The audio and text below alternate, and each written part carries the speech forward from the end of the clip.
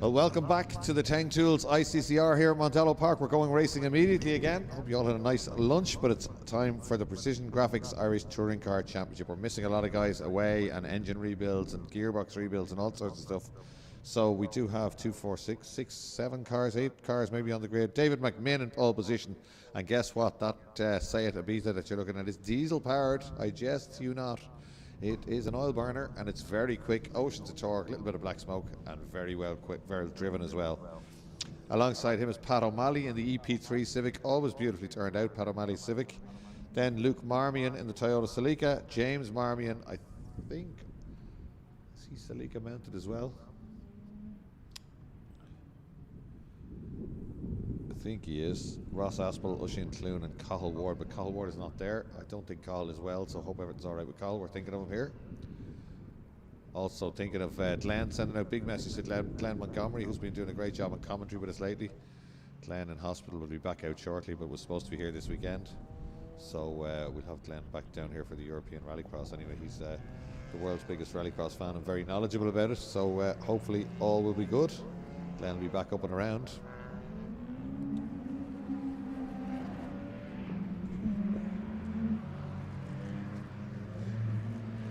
Yeah, James Marmion, the older Celica, 57 Ross Aspel. We don't see Oisin Clune, we don't see Cathal Ward, even though they are on our grid sheets here. We'll lock up there from James Marmion, the older Celica. Just ahead of the B-Wing, the Integra, Ross Aspel. The track, not easy for me to say, but it's not, there's certainly no standing water. It's a little bit damp, maybe a little bit greasy, but it's not too bad. So we should have some good racing here, 15-minute race.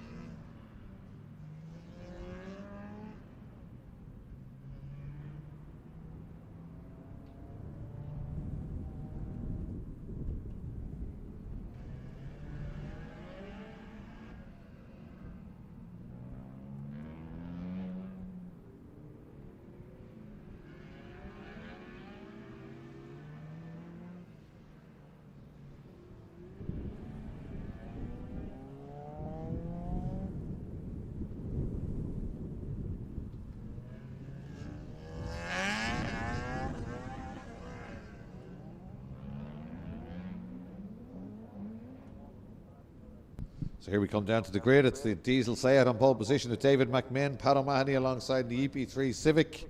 Then right in the centre of them there's Luke Marmion in the Celica, and his dad James Marmion just out of view on the right hand side of the EP3 Civic there, also Celica mounted. And away they go, and somebody slow away, in fact lighting up the front wheels is Pat O'Malley down under the Alfa Romeo bridge, and it is the diesel Seat that leads down there, no problem at all.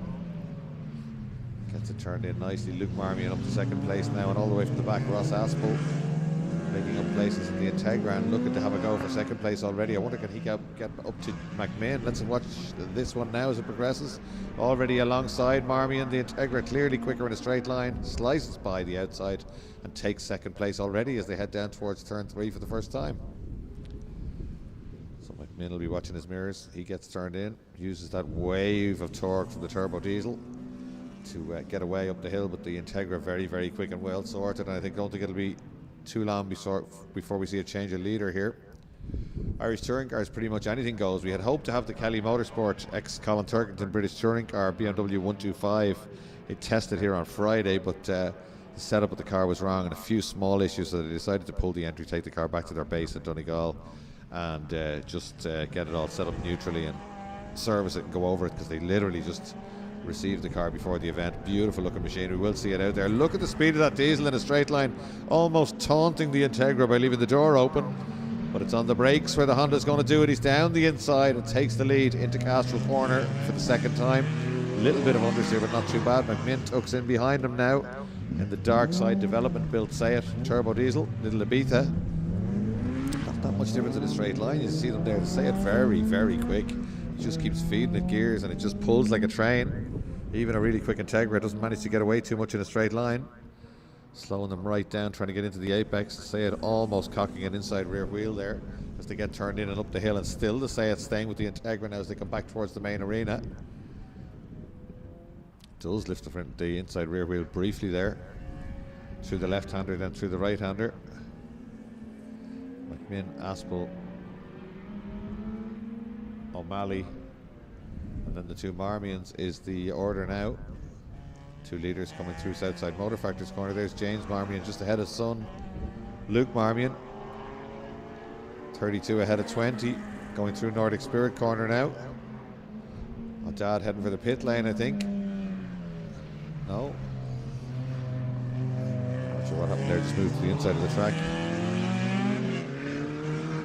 Out onto the main straight. All a bit spaced out. It's going to be, we'll be hoping there'll be a battle for the lead, but they were 1.2 seconds apart already when they went by. Is that a big lockup or is that an engine problem down into turn one?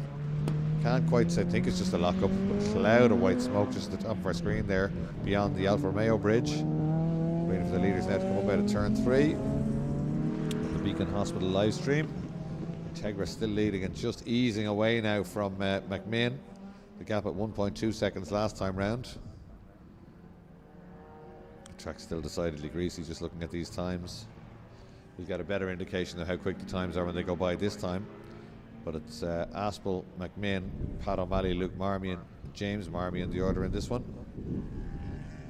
Trying hard to stay in touch. Number 34 clips the inside curb. Back end gets a bit wayward. There you go. Look at the black smoke with the turbo blasting on the diesel machine. Both with the exact same speed through the speed trap. 148.1. The lap time, fastest lap is Aspel, 106.345. 6887, that time a 7.4 from McMinn, a 116 for Pat O'Malley. He'll surely go better this time round. Let's see. 111.119. Luke Marmion in the pit lane there. So the Dad takes over that place. So we're going to be down to 4 cars still running in this one.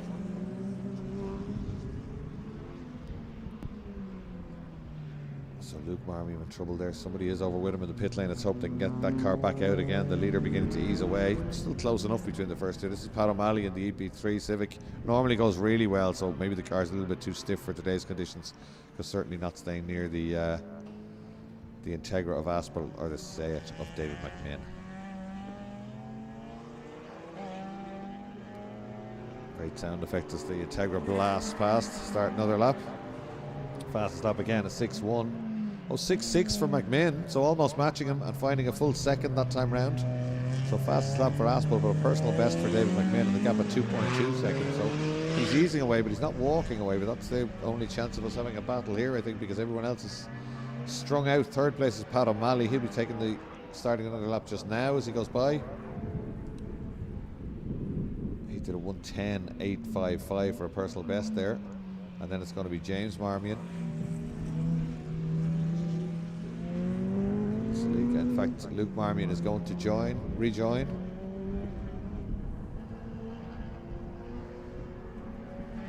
So he does, just as Dad goes by. That's the father on the right, son on the left. So we look at them coming down the main straight. Huge lockup for James Marmion. Obviously that car needs a little bit of setup work. Lock at the outside front wheel. It's unusual. It's normally the inside front when you're turning into a corner. Here comes the Integra. Aspel. 5.2, goes quicker again, finds a load of time. McMinn with a 7.2, slower that time than he had been previously, but certainly it's beginning to dry out just a little bit. You can see right clearly out over turn 3, there's no rain coming. So it's Aspel, McMinn, O'Malley coming out of the final corner now as the leader makes his way down past what used to be called the hole in the hedge, but it's still called the hole in the hedge for Rallycross, even though there is no longer a hedge there, and that's been doubled in width in anticipation of the European Rallycross Championship coming to Mondello in July. So a lot of work being done.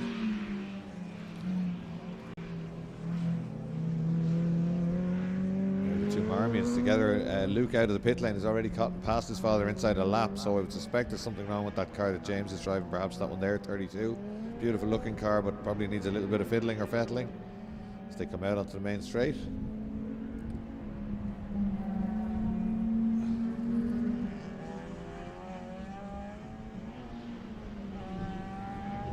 Actually, slightly quicker through the speed trap than Luke as they went through that time. So nothing wrong with that car in a straight line. But certainly under braking around the corners maybe needs a little bit of setting up. So it's Aspel, McMinn, O'Malley, Marmy in the order.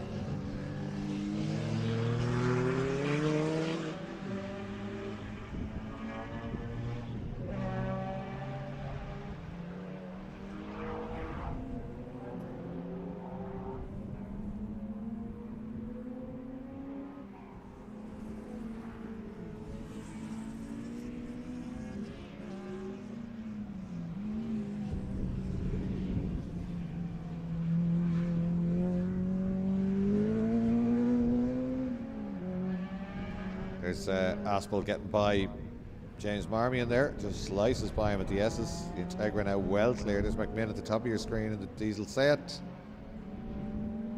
7 minutes to go, half distance. Out comes the Integra onto the main straight.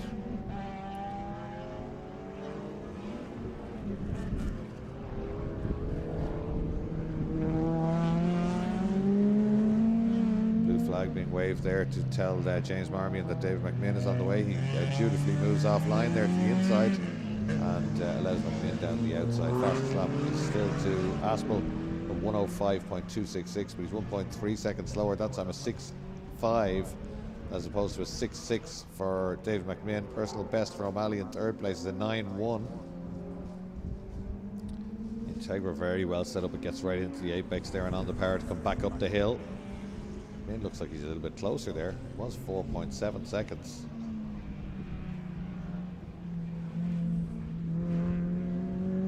Where's he got a bit closer on this lap, or is there a problem? Let's have a look when they go by the start-finish line. It's probably still around the same, but let's have a look. It certainly looked closer when they were down at the S's. Here they come out onto the main, headed towards the main straight now. On the brakes into Southside Motor Factory's corner, out onto the Bahrain straight, named after Martin Bahrain, of course. Here's the Seat. Watch them as they go through. 5.2 is the fastest lap. 6.8 that time. 6.6 for Aspel. 6.1 personal best for McMinn. But did that sound a little bit clattery as it went by? I know it's a diesel, but I think it sounded a little bit off. Certainly closed the gap down by 7/10 that time round. So we were right. He's definitely closer for second place. Gap down from almost 5 seconds to 4.2 with 5 minutes 41 seconds still to go. It's Aspel, McMinn, Pat O'Malley, James Marmion and Luke Marmion.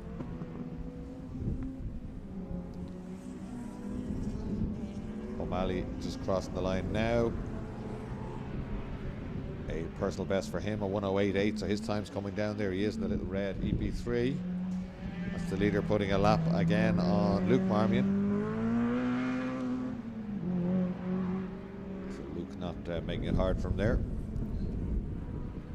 In fact, trying to slot in behind him as they got on the brakes up into Southside. Here's McMinn again. Let's see, can he get any closer this time round? Probably two equally matched ultimately for that gap to close. But let's have a look. The leader goes through. Full personal best and fastest lap of the race at 105.094. 5.7 for David McMinn. The track is definitely drying out now. 4 minutes 50 seconds to go. So it's Aspel, McMinn, O'Malley, Marmion, the order.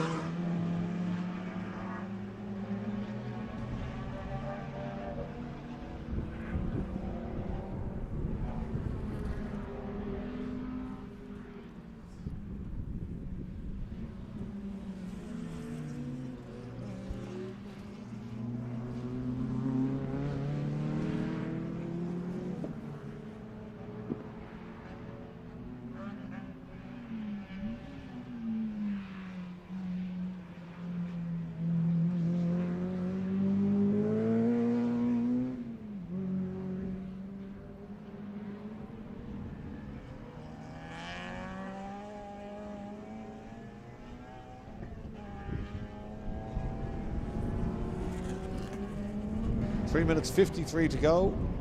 Aspel goes through on a 5.1. Let's see if McMinn can match that one. No, 6 dead, and the gap goes out to 5.7 seconds. And that has probably put it to bed, I would imagine, at this stage. Just under 4 minutes to go. As I say it, the track looking much drier now.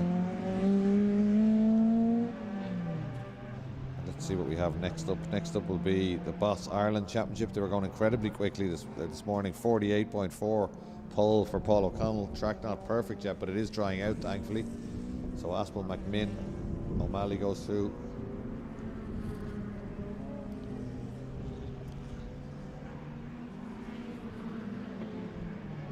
Does a personal best again, 108.3. So Pat O'Malley's time still coming down. But Ross Aspel all on his own out front from the back of the grid in the Integra. On the brakes.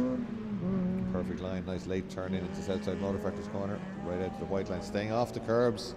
Curbs can be like glass when it's wet at Mondello, but any racetrack. The paint on the curbs can be very, very slippery. Somebody's going to head for the pits, I think, just until we won't see them coming into shot at the top. It looks like Luke Marmion is heading for the pit lane again in the Celica. You can see the very top of your screen under the Mondello Park logo there. He pulls in and pulls up. Somebody over to him straight away. Not sure if they can go back out and finish this one, we'll see. 105.2 for Aspel, that time 106.8 for David McMinn. So McMinn beginning to lose time just a little bit. Or else deciding discretion is the better part of valor. Save it all for race 2, but certainly the Integra is driven away in this one. Inch perfect every lap. Again, beautiful, just turns into the S's, gets right to that first curb, stays left, then turns it right to carry as much speed as possible through Nordic Spirit corner, right out onto the curbs there.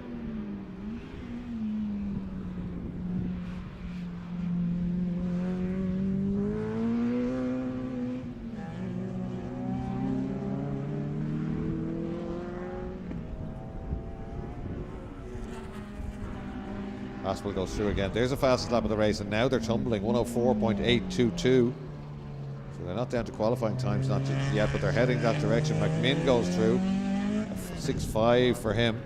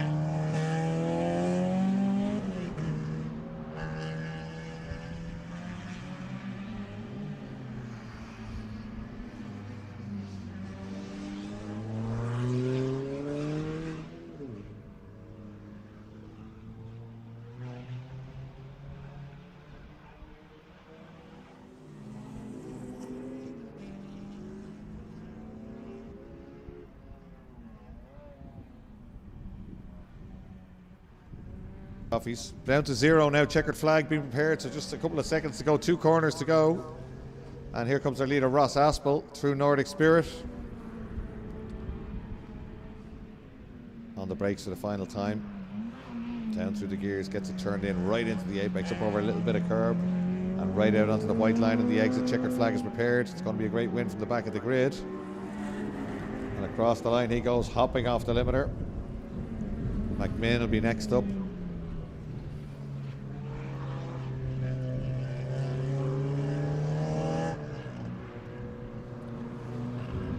There's McMinn going through, good effort from him, definitely slowing towards the end. I wonder if there's a problem with that car, was it just taking it easy?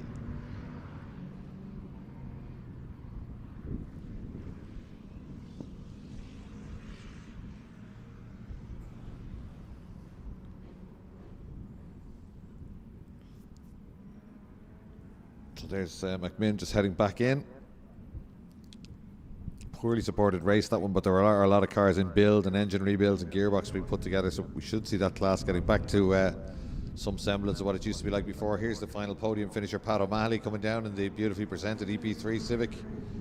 He blasts across the line, takes 3rd place. James Marmion will be 4th, and Luke Marmion is 4 laps down because he retired, unfortunately. I see the bonnet up, hopefully they'll fix that car for later on. We'll be on track in a few minutes' time with Formula Boss Ireland, the fastest single-seaters in the country.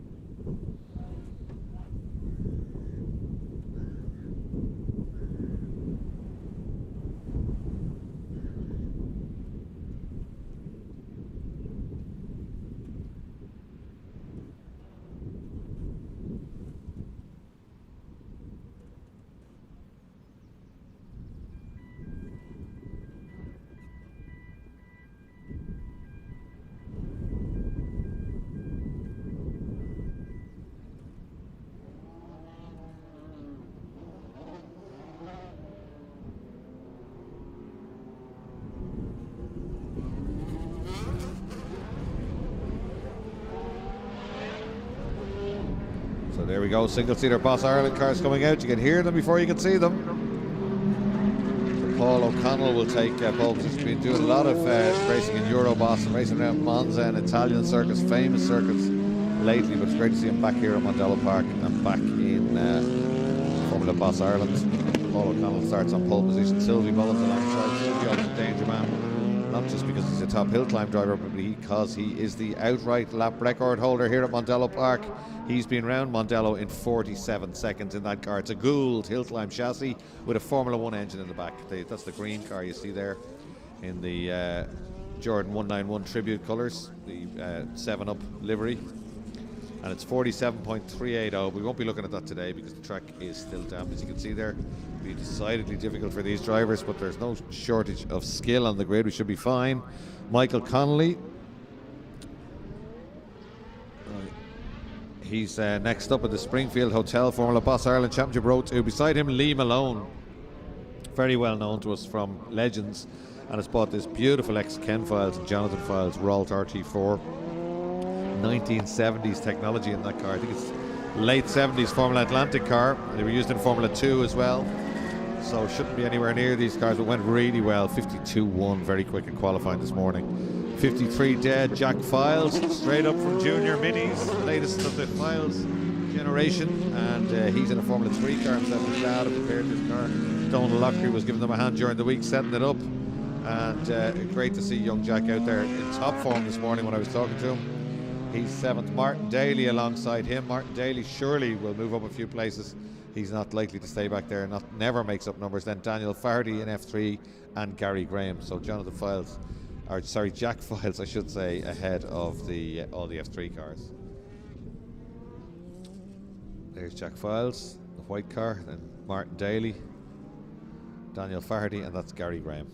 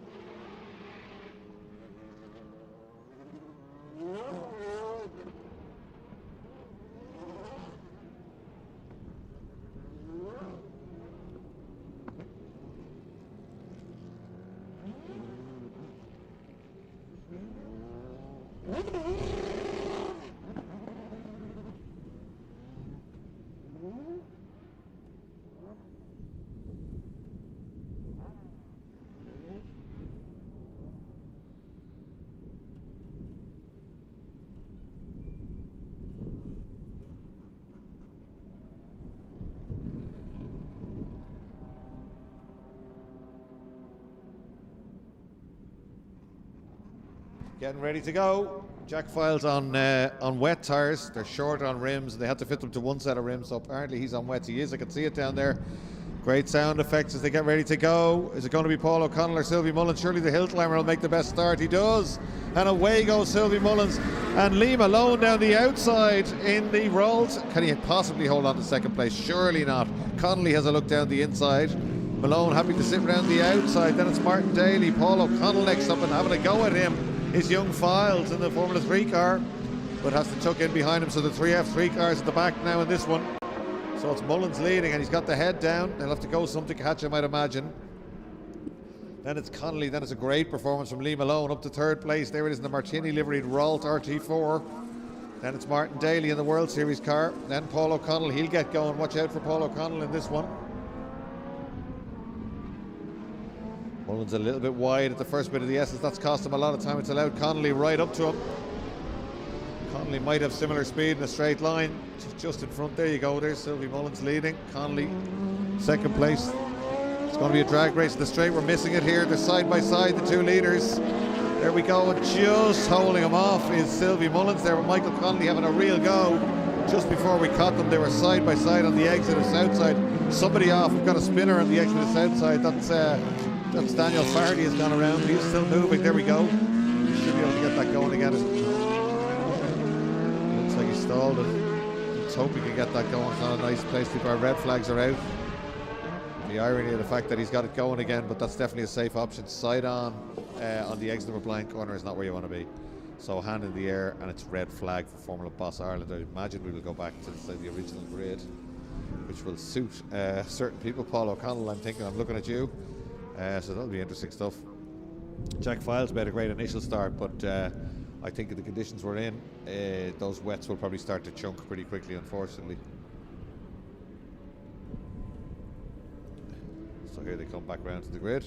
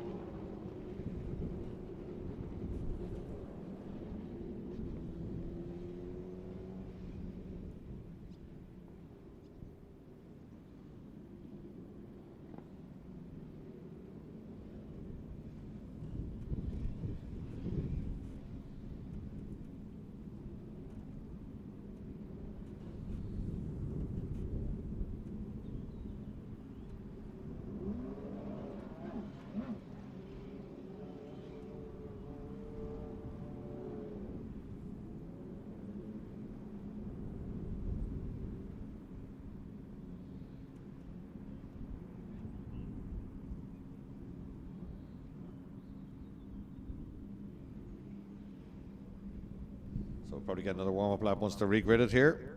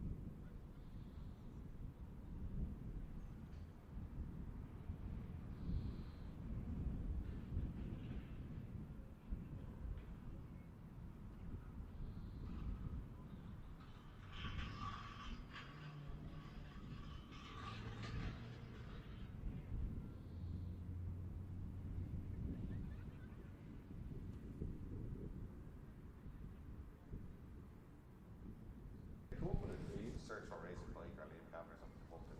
I just did it there. No, there's not. No, I tell you what that is. That's him wound up. He probably rang a shout at it.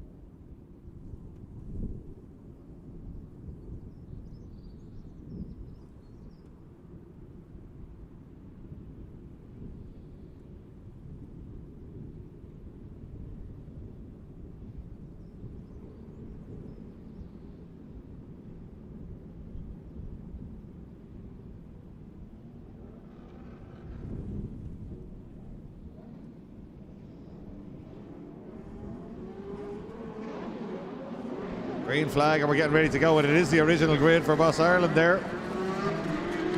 Young Files heading away, everyone getting a load of wheel spin. Most of them will want heat in their tyres.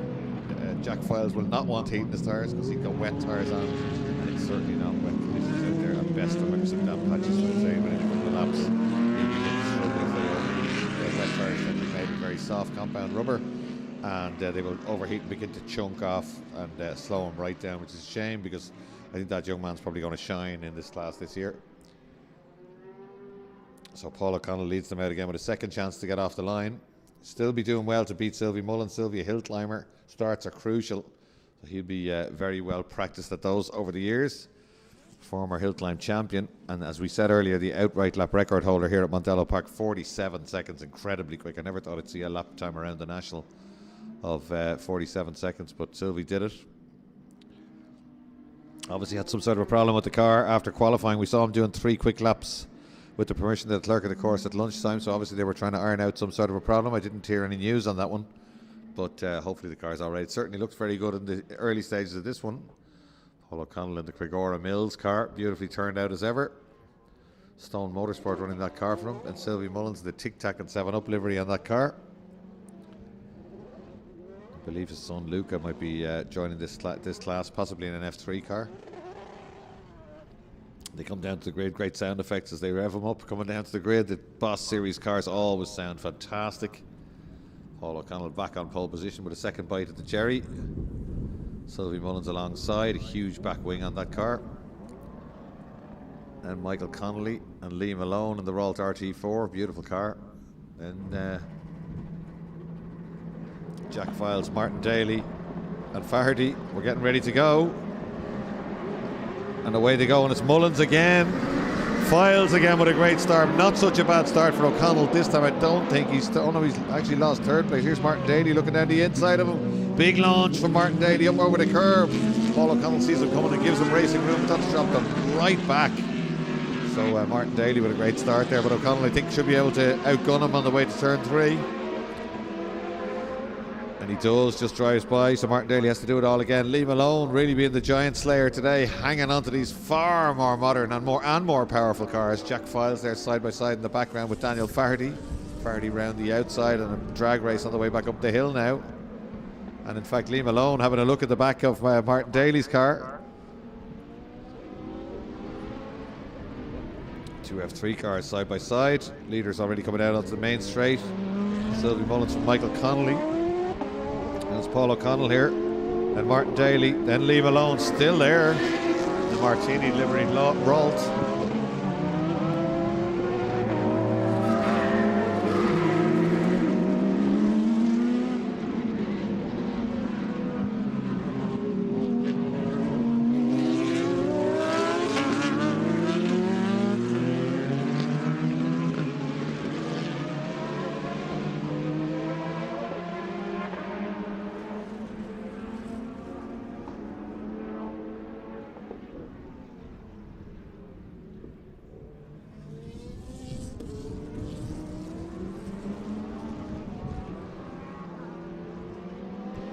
Down into the S's now.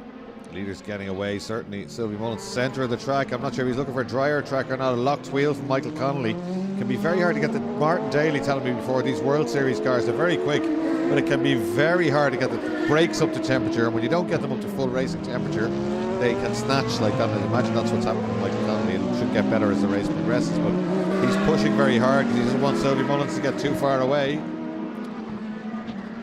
So it's Sylvie Mullins from Michael Connolly, Paul O'Connell, Martin Daly, Lee Malone, Daniel Faherty and Jack Files. We're missing Gary Graham from the restart. Sylvie Mullins definitely beginning to ease away. It was 1.7 seconds as they crossed the line. It's more now visually as they come back down into the main arena, into the off-camber left-hander Bridgestone corner. Then up through the gears and through Nordic Spirit. Michael Connolly in the Connolly's top line car. Always well presented, very well driven. Used to drive a Radical before he had this car. Actually had an outright win in the Radical's move to this World Series by Renault. But actually Martin Daly now under pressure from Lee Malone. at the top of your screen, there's Daly, and look this, right behind him in the roll, going really well as Liam Malone. Got a bit sideways coming out of the S's there, but he gets a great run out and leaves some black marks on the track. He's under the back wing of the big World Series car, can't quite hang on, but he's not far away. This is a great drive from Malone, and Martin Daly loves a good scrap as well. So Malone with a later turn in there, tries to get back on the power in the rolls. He's right under the rear wing again as they go through Campion Corner, carries more speed through. The World Series is a little bit quicker. It's a lot quicker now in a straight line as Martin Daly opens the taps. But watch this as they go through the first apex. He's closing in on the brakes down to the second apex. He's almost right under that big back wing again, and he gets on the power good and early, and the roll moving around under him now as they come back towards the main arena through the left-hander. Very quick here. This is where he had to go last time around, but it got a bit out of shape. Oh yeah, he's definitely quicker here, but Martin Daly parking the car. Malone gets the momentum, gets the run, gets the nose up the inside. He's late on the brakes, and he gets down the inside. That's great stuff. That took him 2 corners. He learned at the S's last time what he had to do and got that run, used the momentum to get alongside. Out onto the main straight. Can he hold it now on the straight? Martin Daly coming at him, pulls to the outside. The straight's not long enough, and Liam Malone is up in place. Great drive. 4th place now for Liam Malone. I wonder, can he get away? It looks like he can, doesn't it?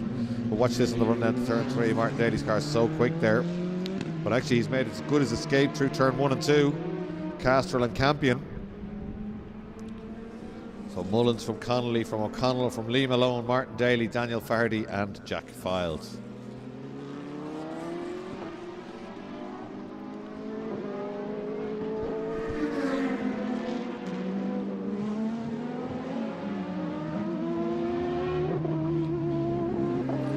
Well, if you're wondering, is the track dry? Fastest lap is to Sylvie Mullins, 53.5. They qualified in a 48, so 5 seconds slower than it was this morning. So it's obviously still quite damp out there. Here's our F3 battle raging there. It's Daniel Fardy just holding off Jack Files, so Files hasn't fallen completely to the mercy of his wet tyres just yet. Does a personal best there for 58 dead, both on a 58 dead. 58.003 for Fardy, 58.060 for Files. Both quicker than Martin Daly last time round, so Martin Daly in trouble. I wonder, is Martin Daly on wets? There's the leader, Sylvie Mullins, flicking it in. 6 minutes to go. Let's watch his lap time. He's driving away from everybody in this one. 54.8, didn't sound like he was revving the car particularly hard there at all. I'm sure he's well aware how far ahead he is. Michael Connolly goes through, 56.7. Let's see what Paul O'Connell can do as he goes by. 55.096, a lot quicker than Connolly, but he's 7.7 seconds back. So Paul O'Connell certainly beginning to get going. Liam Malone goes through 56 dead. 58.6 for Martin Daly, 57.3 for Daniel Fardy, and 57.6 for Files. So the 2 F3 cars beginning to haul in Martin Daly's car for 5th place now. Unusual to see this car without a Files helmet coming from it. It was with Ken Files originally, and then his son, Jonathan next up, and now Liam Malone has bought that car, but Jack Files is on the grid upholding the family name. In fact, he's just a second off Daniel Fardy when they went by last time round. 56 there's fastest lap of the race for Paul O'Connell, and he's 3 seconds faster than the leader. 53.440. He was 17 seconds behind the lead. He's 14 seconds behind the lead now, and he's only 4 seconds behind Michael Connolly. So Paul O'Connell is on a big charge here. There they are, great shot. That's both of them. That was Sylvie Mullins coming towards us and Paul O'Connell going away. So it's a big gap, but Paul O'Connell has really got the foot down now. Fastest lap of the race by a considerable margin, 3 seconds faster than anybody else on track that last time round. Sylvie Mullins needs to probably up the pace a small bit here if he's going to stop that charge. I think Connolly's going to be caught. He's already been caught. Look at this coming up the hill.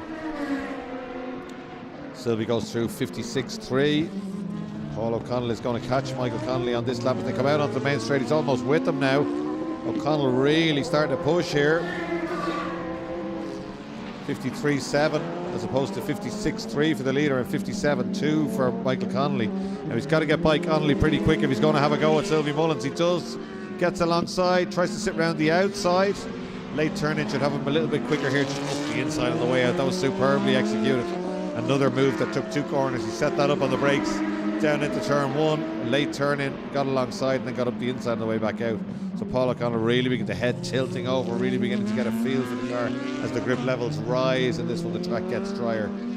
Fastest lap still to him at 53.440. Still way off the qualifying times, but visually just driving away from Connolly. Let's see what Mullins can do now as he goes by. 55 dead, he's got the message. Sylvie Mullins has found a second, 1.8 seconds that time round. So it's not going to be as quick as O'Connell, I don't think. Let's see the gap as they go by with O'Connell now up to second place. Yeah, no, O'Connell slower there, 55.4, and a massive lock-up for Paul O'Connell.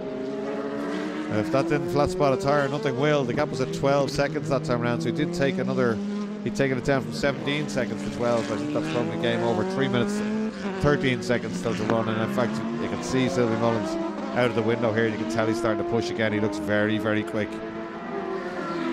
Now the F3 cars have caught Martin Daly. He just about takes it back on the main straight, but they're swarming around him like flies. That's Daniel Fardy and Jack Files. Sylvie Mullins, let's watch the clocks this time. I suspect this will be quicker. Oh, fastest lap of the race, 53.131. So Sylvie's dropped the hammer again, obviously got a pit board or something.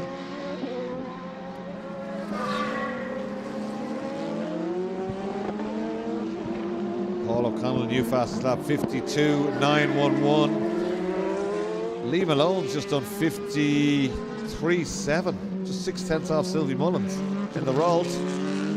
So incredible stuff. But Paul O'Connell just put in fast lap 52.9.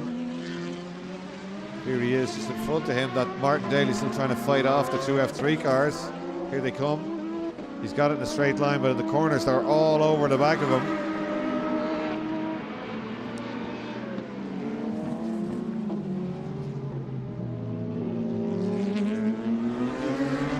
Sylvie goes through again, 52.3, goes faster again, takes the fastest lap back. Paul O'Connell just coming out onto the main straight. Can he match that? 52.3, fastest lap of the race. Here comes O'Connell. 52.1, he can. Another 0.2 faster again, Paul O'Connell that time round, so maybe he didn't flat spot that tyre, still going beautifully. 1.5 minutes to go in this one, intriguing battles. Here's Paul O'Connell now. Really begins to push, as is Sylvie. Great battle here. Martin Daly with the F3 cars again having a go. Jack Files trying to square off the corner and not scrub off his tyres. Comes out on the main straight. Here's Sylvie behind them. 52.5. O'Connell still with fast lap. Can O'Connell decrease his time at all? It was 52.1 for fastest lap last time round. Here he comes. 52.147 again. Does it again by a few tenths. Fastest lap, Paul O'Connell. Got about 11 seconds though. Sylvie Mullins straight enough. This is where the battle is on track. Look at the 2 F3 cars sniffing around the back of Martin Daly's World Series by Renault. The leader bearing down on them, but it's going to be a crowded track he finds, because they're all having a go here. Martin Daly getting out of shape. I would imagine Martin Daly's on wets, you know, because the car doesn't look comfortable through the corners at all. It's very quick in a straight line. I think that's what's happening here. Up to the final corner. Almost having a look down the inside is Daniel Fardy. Files tries to carry speed around the outside. Here comes Sylvie out onto the straight. He's going to be looking for a gap here. In fact, I think he decides not to pass him. He's going to let this race carry on. Clock is at 0, so one more lap to go. Sylvie's going to have to pick his way through, and they're almost 3 abreast here, wondering where he's going to go. He's got by Files. There's just no space. They're side by side again here. He tries to follow Martin Daly by. He does. He's got another one, but Files follows him through on the inside. On this, the final lap. Files looking to get one over. Here's Paul O'Connell. He's not far away at all. Sylvie Mullins going to have to get some moving done here, and he doesn't get it done. And here's Paul O'Connell has caught them all. This is going to be a grandstand finish. They're right amongst the back markers. The checkered flag is prepared below us. To the S, and Sylvie Mullins needs to get up the inside here. He just gets by Martin Daly. The F3 car is now taking up all the room, and it's O'Connell down the inside. but Fardy gets in the way and there's nowhere to go there for him. In fact, he has to back out of it. Martin Daly gets past him again. So here we come, drag race to the line. It's Sylvie Mullins just about from Paul O'Connell. Brilliant stuff. Paul O'Connell fastest lap and a great charge up there. And Martin Daly, I think, would love to have a glass of water or something after that one. It's that will have been stressy fighting off those F3 cars for the whole race. And Sylvie Mullins really held up 59 on the last lap there. And Paul O'Connell catching the group but not managing to get by as they cruise side by side on the slowdown lap. Great stuff from Formula Boss Ireland, and they will be back out on track later on this afternoon. So Sylvie Mullins takes the win, Paul O'Connell second, and a brilliant drive by Lee Malone for third place from Connolly, Fardy, Daly and Files.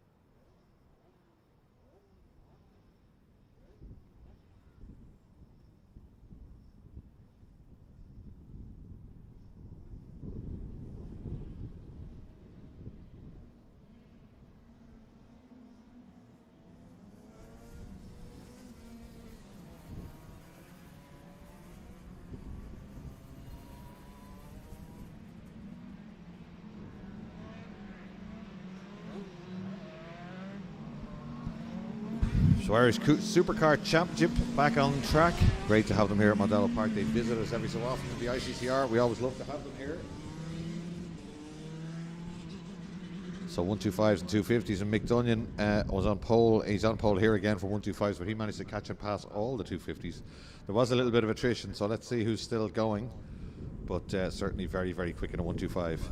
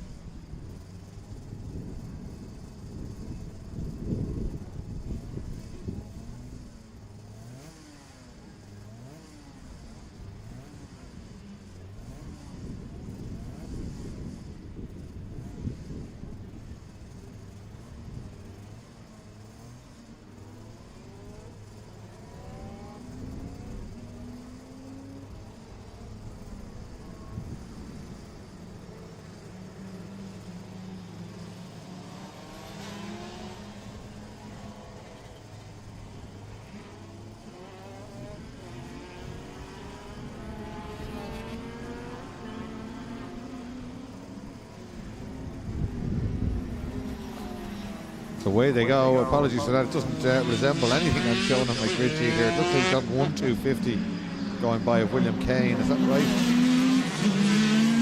That's the case. Yeah, it is the case. So there's just 1 250 cart and then the 125s coming through. So that's William Kane that went through all on his own. And then it's the 125s of Mick Dunyan and the rest going through. Apologies for that. My screen is showing 5 250s on it, but it'll clear itself when they go by at the end of the first lap. But certainly what we're going to be watching here is the progress of Mick Dunyan to see if he can catch that single 250cc cart before the end of this one. He certainly got the outright pace as we saw in race 1. Cart number 125 to the S's. There we are. There is William Kane.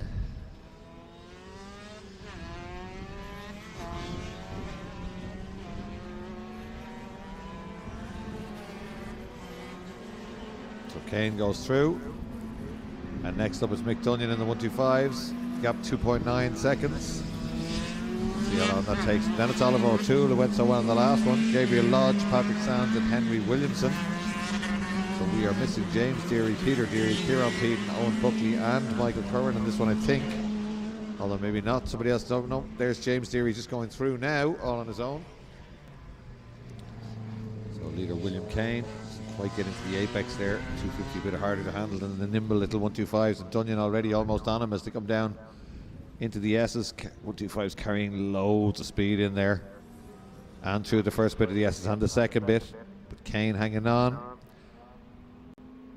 Nordic Spirit and up the hill, and Dunyan gets alongside. There certainly doesn't seem to be any straight line speed deficiency in the 125s compared to the 250 as they get turned in. We'll watch as they come onto the main straight. See if the 250 comes back at them. Absolutely not. They've left them for dust. They're now on the main straight. So Dunyan now leads the 125 class and leads overall, but Oliver O'Toole right with him, not even a second behind him, just 0.6 of a second, and trying to close him in now on the brakes down into turn 1. The 250 did seem to close the gap down in the latter part of the straight there, but through turn 1 and turn 2, Castle and Campion, they've eased away.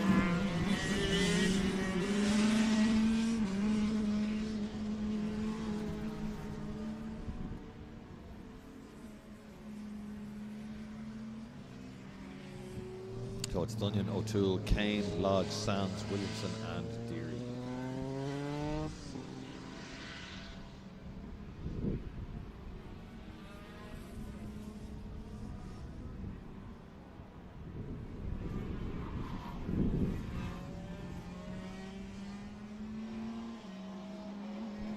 Leader's coming down again. And this time Oliver O'Toole looking more determined than he did in race 1 to hang on. Dunyan 4/10 quicker though and opens the gap from half a second to 0.9, but very little in it. Both looking very quick, getting right into the apex of the carts, moving around. There's a little bit under them as they turn left through Campion corner. Completely flattened these carts, not a hint of a lift, nor will they have for the first bit of turn 3 here. This first apex is completely flat, and it's just a jab on the brakes, down a gear or two and flick it in to get up the hill. This cart very well set up under him. It just pivots beautifully and then back up the hill. He gains himself another length or two, I suspect, from Oliver O'Toole that time round. William Kane still hanging on in third place, hasn't been caught by Gabriel Lodge. Lodge kind of similar lap time to him, 101s. Then Patrick Sands, who's got Henry Williamson for company, and then James Deary. Here come the two leaders out onto the main straight again. 6 minutes to go. Fastest lap is 57.6, and he brings that down to 57.4 with O'Toole 57.6. Another 2/10, bringing the gap to just over a second, but certainly keeping him very honest. Here is Oliver O'Toole, can't quite close the gap. As he go through turn 2, right out to the exit of Campion corner, out to the curb, and then flat out all the way down turn 3. Watch the cart the way it turns in beautifully. Doesn't get out of shape at all. O'Toole the same thing. No opposite lock. They just grip and go.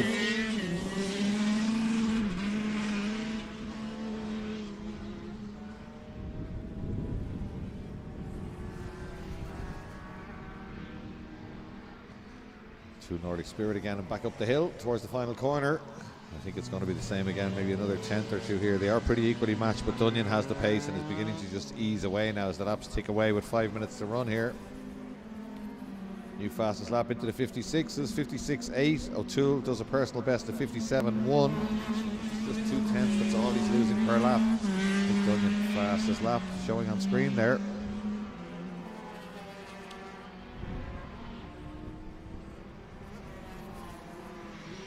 56.8. He wouldn't have been that far back in the Boss race doing those times when he was the 125 carts. They're getting used to the conditions now, beginning to throw the carts around a little bit more. Tyres will be up to full temperature as Gabriel Lodge, Patrick Sands and Henry Williamson go by. And yeah, moving around a lot under him now is Oliver O'Toole. So I don't know whether that's because he's trying harder or because the tyres are going off, but certainly a little bit more movement as the cart comes into the S's that time around. And again there on the brakes, just twitching the back of it, stepping out. He's working very hard at the wheel. Dunyan looking a bit smoother at this stage. New fastest lap for Dunyan again, 56.6, 57.4 that time for O'Toole.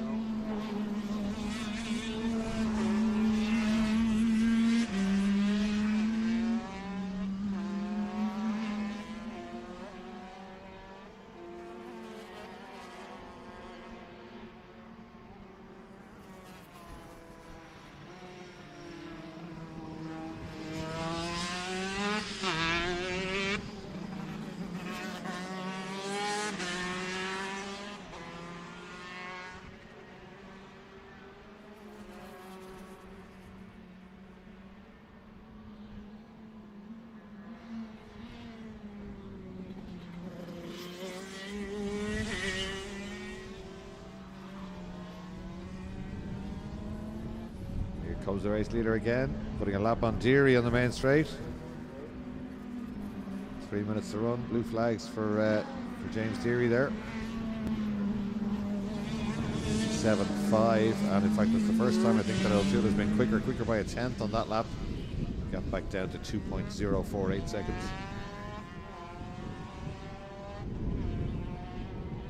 Henry Williamson, I think it is, at the back gate. We've got one of the carts at the back gate of the paddock. Comes Dunyan again.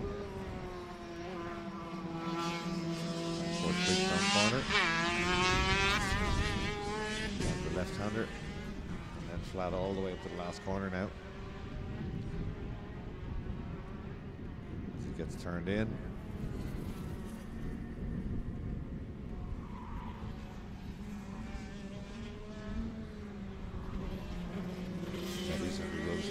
Henry Williamson, we didn't know he was missing, but he's standing looking a little bit forlorn beside his cart just at the back entrance to the paddock, waiting for the gate to open so he can come back in.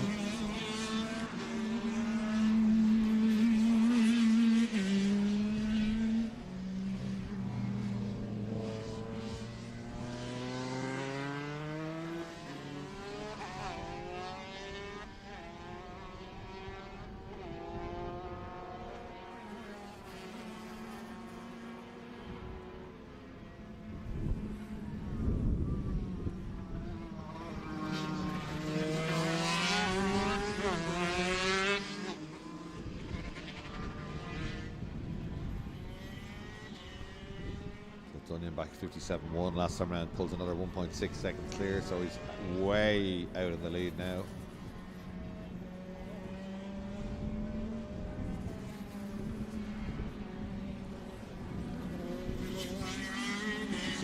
that time as opposed to a 57.9 for Oliver O'Toole. That's getting bigger every lap now, out to 4.6 seconds. McDonough really stamping his authority on this one. Looks like it's going to be 2 wins today.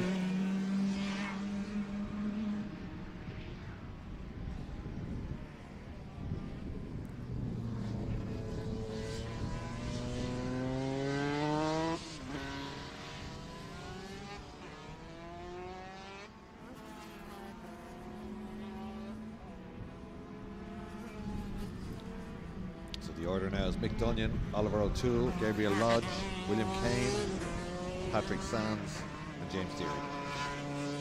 Unfortunately, a lot of attrition in the supercars today.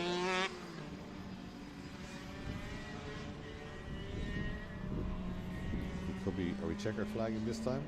No, Dunyan goes through with about 10 seconds to spare, 12 seconds to spare actually, so he's on his last lap now. Down towards the first corner, still hasn't used that off. Out to a 58.2 that time though, and a 57.5 for Oliver O'Toole in second place.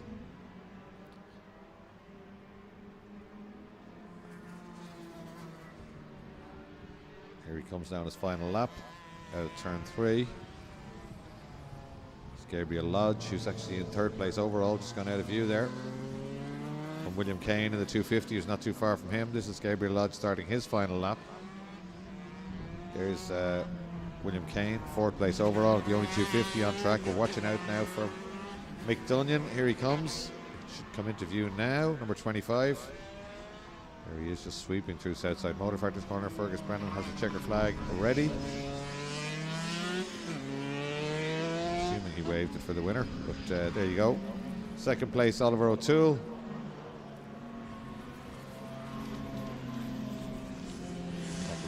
Takes the checker flag a lap down. Gabriel Lodge will be third. So Mick Dunyan takes his second win of the day. Oliver O'Toole in second, from Gabriel Lodge, William Kane, Patrick Sands and James Deary.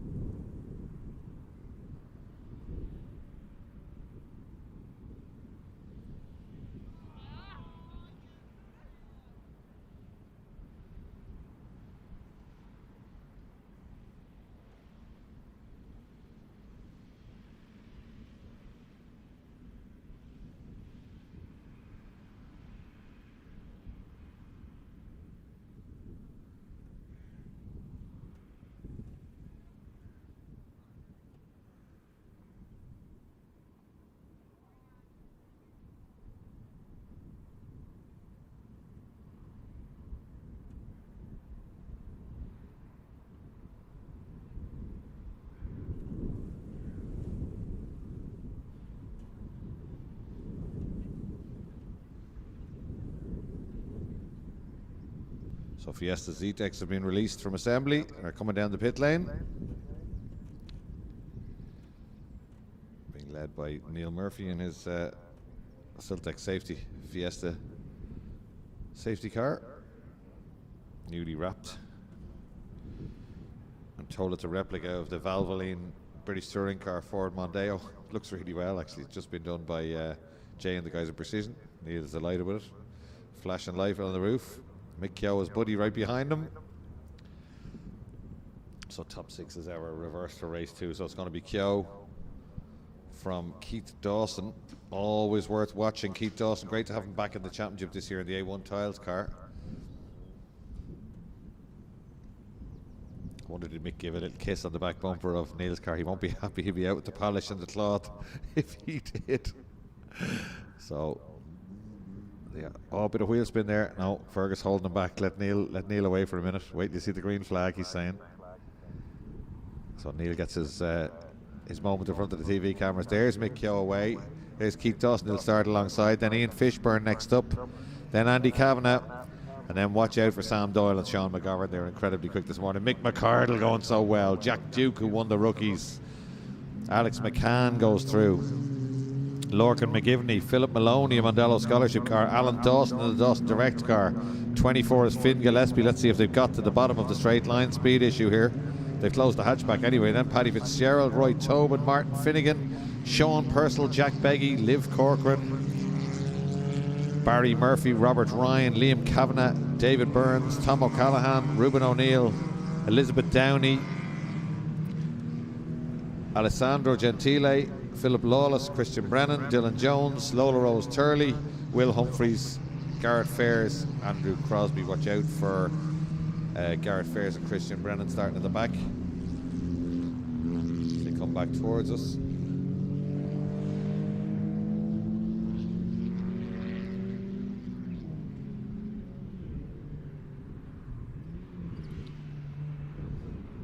Down they come into the S's. Mick Keogh and the Dunnigan Auto Services car, always beautifully turned out.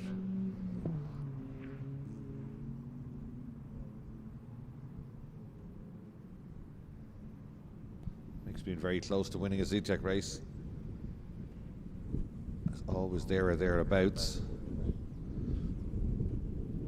Very difficult thing to do. It's a very competitive championship, and as we said earlier, scrutineers do a great job, but the cars are all the exact same. A lot of checks being done on them. Suspension, gearbox, engine, ancillaries, everything gets checked in these cars. Alex McCann weaving around there, as is Alan Dawson. There's 24 Finn Gillespie with the new Go Faster stripes. We should be calling them Go Slower stripes. He's not having a good day by his standards. Let's see if it gets any better.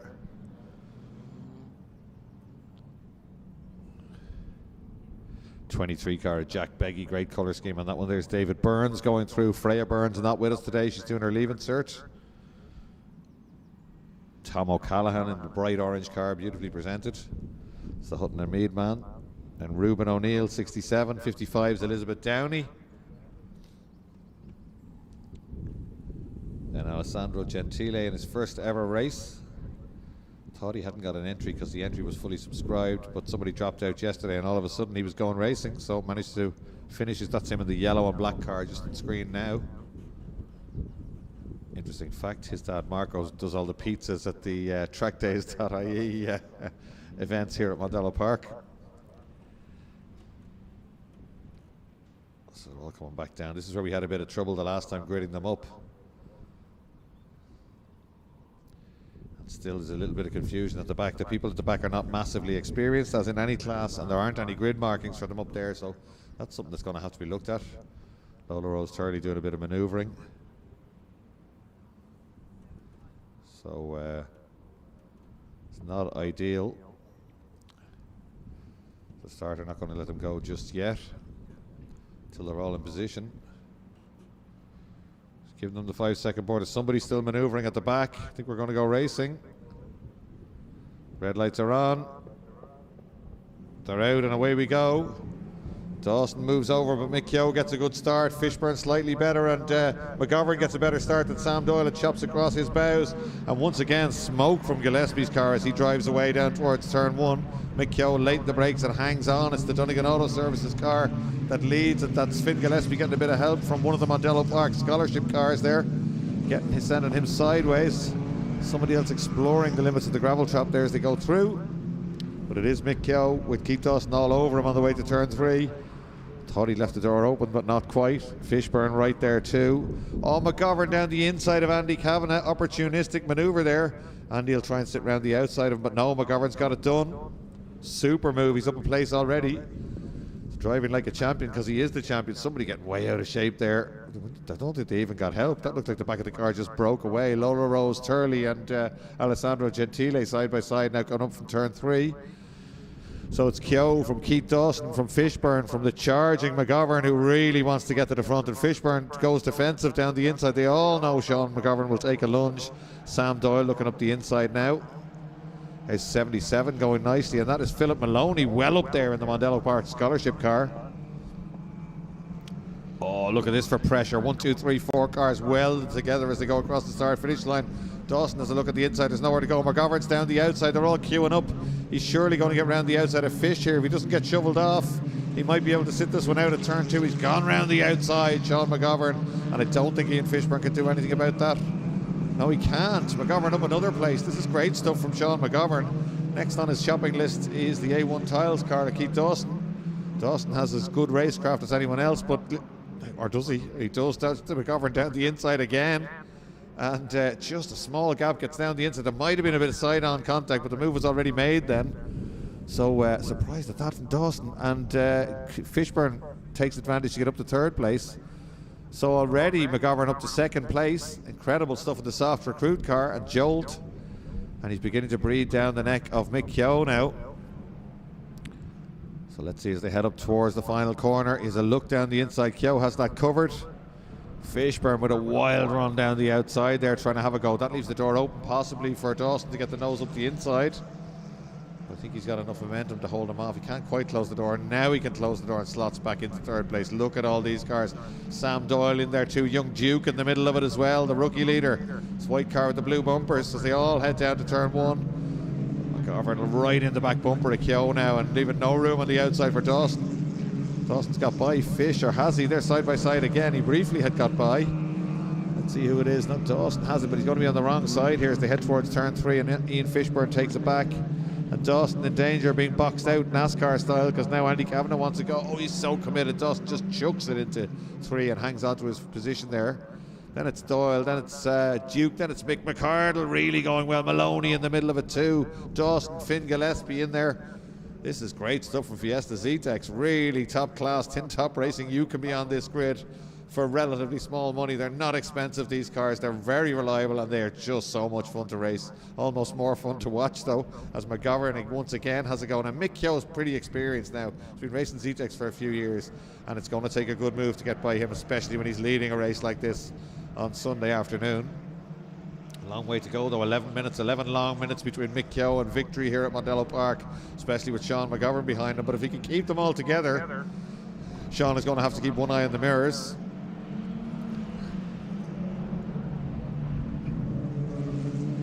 Fish gets down the inside. There's a lot of contact there. The car bouncing around, but they both steer away from each other. It was understeer as much as anything else, putting him into McGovern there. This is what Mick Keogh needs. He doesn't want McGovern just solely focusing on this. He can't leave the door open here at all. This is the McGovern specialist move. Launch it down the inside. Not this time, says Mick Keogh, hugging the grass on the inside. And no way is he leaving a gap there. He's seen in his rearview mirror what McGovern can do down there. So Sean McGovern going to have to think of something else to have a go at this.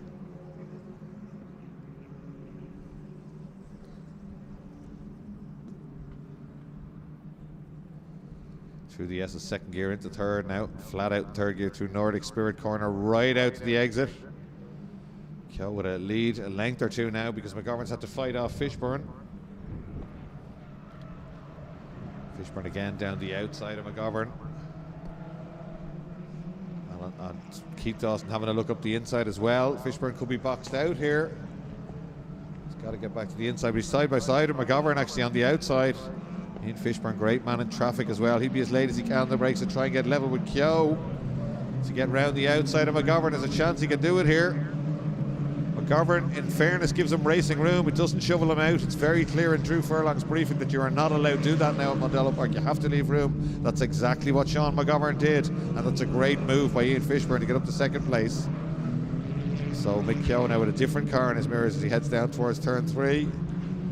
Also equally match these cars into the apex on the power and up the hill. 1, 2, 3, 4, 5, 6, 7, 8, 9, 10 cars in this lead train now. Mick McArdle in the middle of them. Mick could be loving this one. He's worked very, very hard on his car. to try and get this done. But side by side with him is Alan Dawson looking around the outside. Alan Dawson usually right at the front end, but came from well back on the grid. So 9 minutes still to go. Mick Keogh driving beautifully, has not put a foot wrong here. If he had, he'd lose about 10 places. Oh, McGovern with a lunge down the inside. Fishburne was trying to set up Keogh and just must have taken his eye off the mirrors for a fraction of a second, and a lunge came from the Jolt car down the inside, and they're side by side now on the straight. Fishburne's got to try and sit around the outside again here. Leading the rookies is Jack Duke from Philip Maloney, from Garrett Fairs, Patrick Fitzgerald and Barry Murphy. Didn't manage it on this occasion, perhaps not quite so generous with the tarmac that time was Sean McGovern, but they were nowhere near alongside. So here they come. Keogh's got it. It looked like he was trying to make a break. He'd almost be better off trying to back them up here, because McGovern is so dangerous in traffic, and I don't mean that in a bad way. He will try moves anywhere. He loves throwing the car around and getting it out of shape.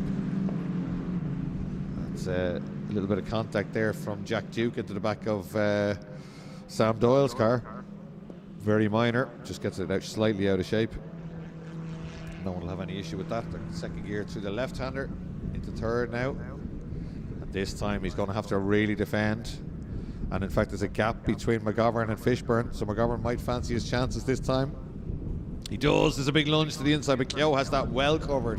And Fishburne read it well, went high and wide to try and get a better exit, try and get the nose up the inside of McGovern. I think he might have it done. He does have it done. They're side by side now on the straight.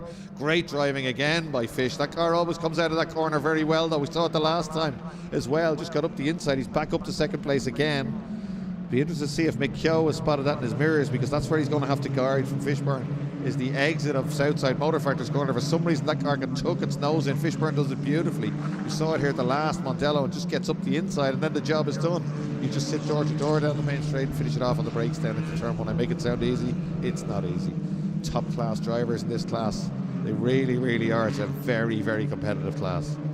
And Sean McGovern has proved how good this class is by going to the UK and going so well, from 10th to 2nd with fastest lap in a Civic Cup a couple of weeks ago in the UK. And the rest of the C-Tech drivers are loving that. They're all supporting Sean in his UK exploits, because it shows how competitive this class is. And just look at this. Makes commentary easy. There are so many cars going for the lead. Mick Keogh making, I'm not going to say he's making it look easy, but he's not getting ruffled at all. He's got a couple of lengths here, heading up to 6 minutes to go. So we're well past halfway stage. Oh, that's the first time we've seen Mick Keogh going for anything resembling a racing line there. He's trying to get away and let them all shuffle amongst themselves. The problem there is he'll just have one car on his case and won't have to defend. And Fishburne's got the run. Somehow Fishburne just driven by Keogh on the way. Well, I'm not sure what happened there, but just not sure if he got a better exit or what happened, but Fishburne just drove alongside and passed Mick Keogh there on the main straight. Maybe Mick Keogh got out of shape, out of shot, who knows? But certainly there's a new leader now. It's Ian Fishburne. And now McGovern will be keen to get by Mick Keogh and try and get up to Fishburne, but he knows how impenetrable Keogh's defences are. Thinks a better look down the inside. Mick has that covered as well. Fishburne, I suspect, might have the pace to drive away here, you know. It's looking that way at the moment, isn't it? As they come back towards the S's.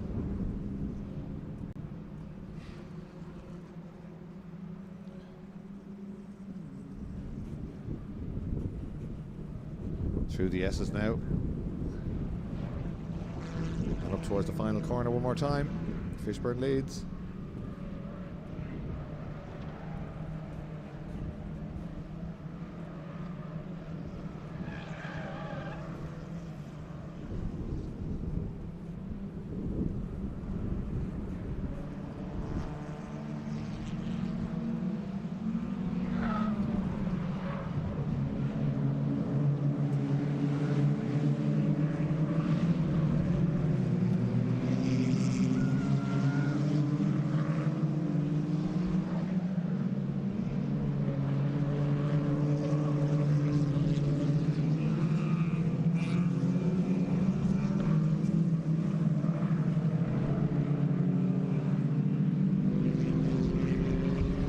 Keogh got right back up to him, but dropped back a little bit there. Fishburne again leads. Keogh second, McGovern third, Dawson, Kavanagh, Sean Doyle, Jack Duke leading the rookies, going very nicely, 7th place overall. Then Alan Dawson, Mick McCardle, Phil Lawless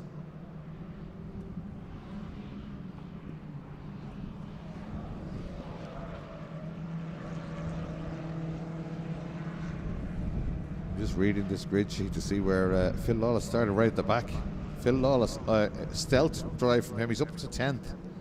So great stuff. There's the lead group going through, and look at this battle next up. And that is that's Christian Brennan, Finn Gillespie, Garrett Fairs, and Lawless. And Lawless has just lost places to all of them. I've given him the commentator's curse. He's down 3 places in that lap. There they are. Crazy stuff. Shoulder to shoulder, Fairs and Brennan, I think that is.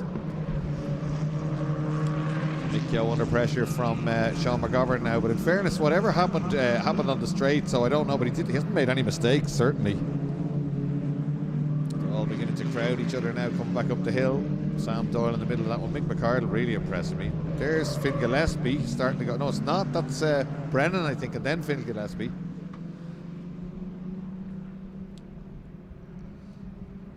So Keith Dawson a bit wide. Sam Doyle trying some unconventional racing lines to try and find a gap past Kavanagh there. There he is in the Tara racing car.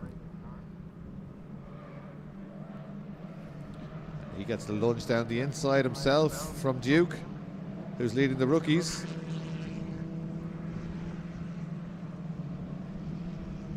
It's Sean Purcell, 71, in the Mondello car there going through. Once again, Finn Gillespie heading for the Armco barrier. I think he is definitely struggling a little bit in a straight line. Fairs having a go at him this time. Still looking for a way by Alan Dawson and McArdle right in there too. This is great stuff, but certainly Ian Fishburne has left the chat. He's 1.4 seconds to the good last time round. Fastest lap though was to Christian Brennan back in 10th place, 1:11.4. 2/10 quicker than Fishburne. He's had great pace all year, Christian Brennan. There we go. Fastest lap, 1:11.472.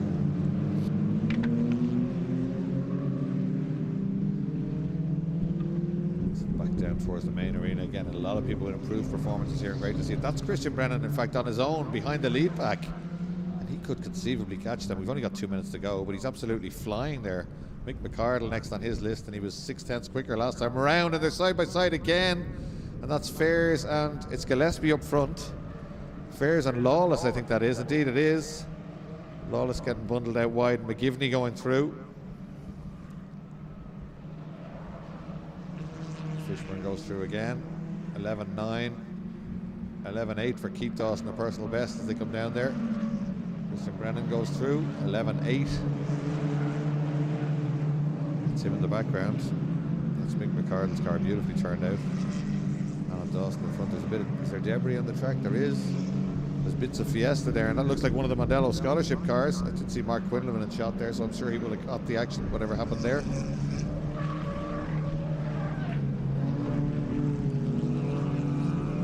'77, that is.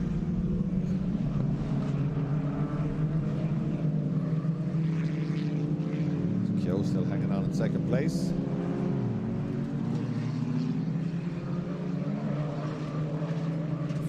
Seconds to go. Penultimate lap, I would imagine.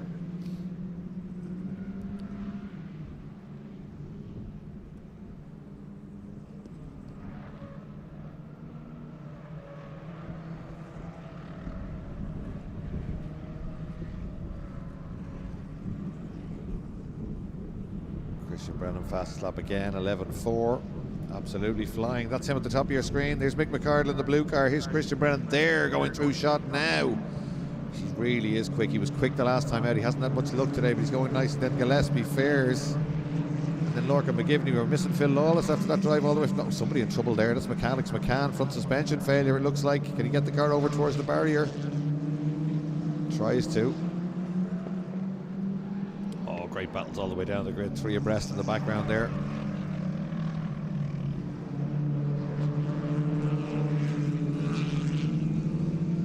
Fishburne's lead out to 2 seconds now. That's Alessandro Gentile letting the leader by. Great work from him. His first ever race. He didn't think he was going to get a race last night. There was a full entry list, but somebody pulled out or had a mechanical trouble and he got out there. So his first race, a daunting day for him. Hadn't done much in the car at all. So Alessandro, perfect stuff from the rookie. Moves offline and allows them all to get through. That is really good driving. It's very daunting for a rookie when the faster cars come up and catch you first time around. Here's the checkered flag, and here's Ian Fishburne from Murray Motorsports and Fish Graphics, and he takes the checkered flag. Great drive. Mick Keogh, brilliant drive to second place to hold the whole world back behind him. Then it's Sean McGovern, Keith Dawson, Sam Doyle, Andy Kavanagh, Jack Duke, Alan Dawson. Mick McArdle fares just about out drags Finn Gillespie to the line. So Jack Duke takes rookie honours, Garrett Fares takes second, Paddy Fitzgerald takes third in the Mondello Park Scholarship car. Martin Finnegan next up. Good run for him. Then number 10 in his first race is Robert Ryan. He's fourth in rookies. Barry Murphy right with him is fifth. Then Roy Tobin, Jack Beggy in that beautifully liveried car. Then Dylan Jones, Sean Purcell, Will Humphreys, Andrew Crosby, Lola Rose Turley, Liv Corcoran, Elizabeth Downey. Liam Kavanagh with a load of damage to the front of the car. Then Ruben O'Neill, Tom O'Callaghan and David Burns. There's Neil Murphy for Siltex already in there. So some great racing there in Z-Tex. Really, that's Z-Tex at their best. That battle at the front, just absolutely fantastic and giving racing room. There may have been a little bit of elbowing door-to-door stuff, but certainly no gouging, no cars being deliberately spun out. You love to see it. Ian Fishburne with a great drive to take the win there. Mick Keogh will be very happy with that second place. He'd be ruining whatever happened. I wonder, I'll have to find out. I wonder if he missed a gear or something coming out of Southside, because he looked like he had it all contained, and it just went wrong on one lap for him. But he was second place, holding off Sean McGovern, which is a feat in itself. Keith Dawson third, Andy Kavanagh fourth, Sam Doyle fifth, Jack Duke seventh and first rookie, and then Alan Dawson, Mick McArdle and Christian Brennan round out the top 10. Christian Brennan with fastest lap 11.472. Then Garrett Fares, who's second in rookies, Patrick Fitzgerald third in rookies, Robert Ryan fourth, Barry Murphy fifth, Jack Beggy sixth, Dylan Jones seventh, Will Humphreys eighth, Andrew Crosby ninth, Lola Rose Turley 10th, Elizabeth Downey, Ruben O'Neill and Tom O'Callaghan rounding out the rookies. So fantastic stuff from Fiesta Z-Tex, and they've given us great racing today on two occasions at Mondello Park. Somebody in there 44 with a little bit of damage. That's Andrew Crosby. Certainly needs a headlight, maybe a few more bits. So the scrutineers moving them around. It's a bit of a shuffle to fit them here. They've got to get that gate closed, because obviously for safety purposes we can't start the next race until that gate is closed. There's Sean Purcell, number 71, one of the tech guys here at Mondello Park. Works on the Ferraris and Porsches and all the cars we run here, and that's a car that the mechanics have to, and the operations guys to race. A team building car for them, so they decide who's going to race it the week of the race. And Sean got the short straw this time. So great stuff.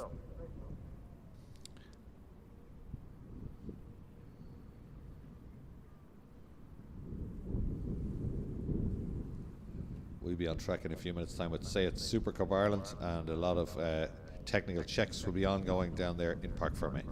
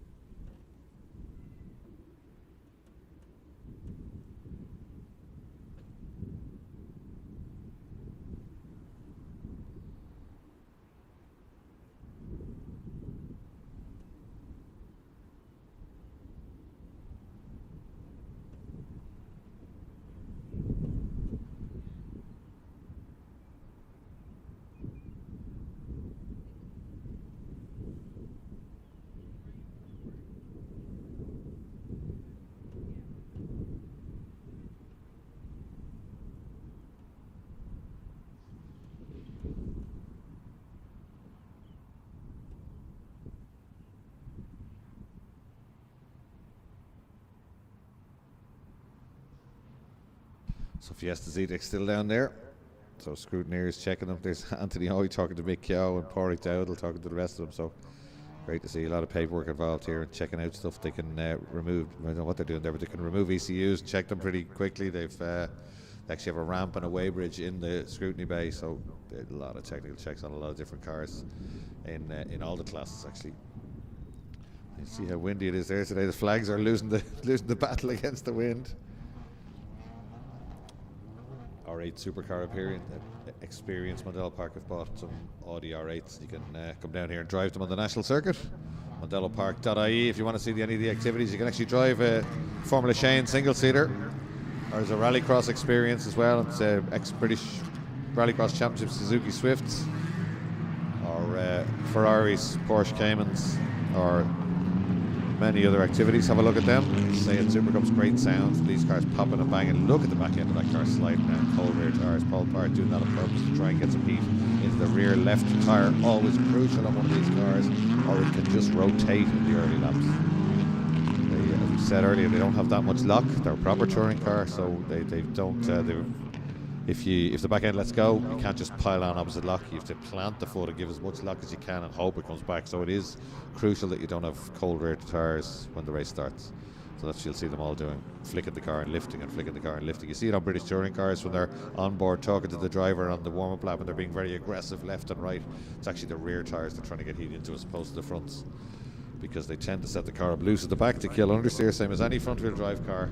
But on the opening laps before the tyres warm up, it can be a real handful.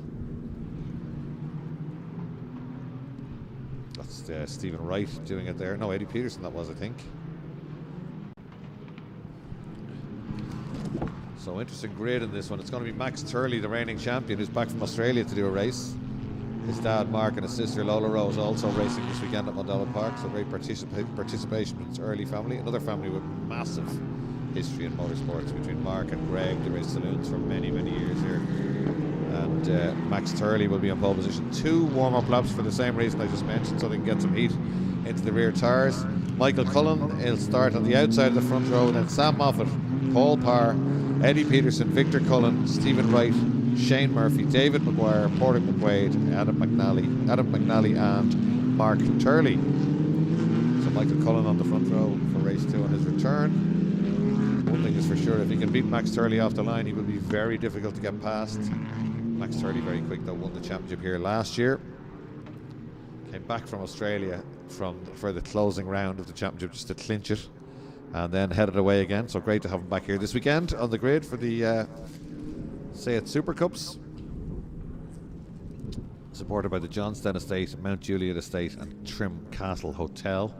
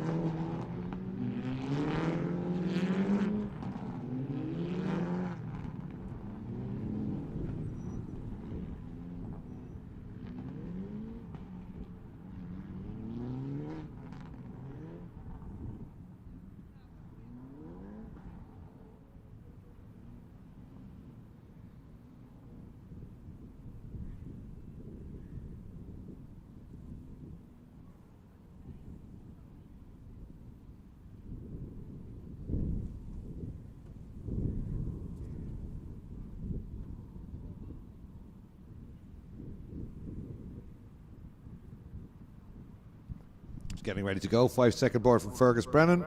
Red lights on the Alfa Romeo bridge are on. They're out and away we go. And Michael Cullen makes a terrible start.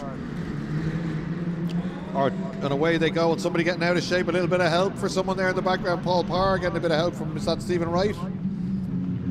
Or Sam Moffat, I think it was actually, as they go down into turn 1. Everybody looking for a bit of tarmac and a little bit of help there. Somebody going around. Oh, and Shane Murphy spins and avoids cold rear tyres. That's what we spoke about. So 110, that is Pádraig McQuaid just getting helped around. The doctor getting involved there in the Volkswagen Golf down at turn 1. Michael Cullen making a particularly bad start. I think it was an absolute rocket off the line by Max Turley, wasn't it? Because Cullen didn't get swamped at all. So they come back towards us.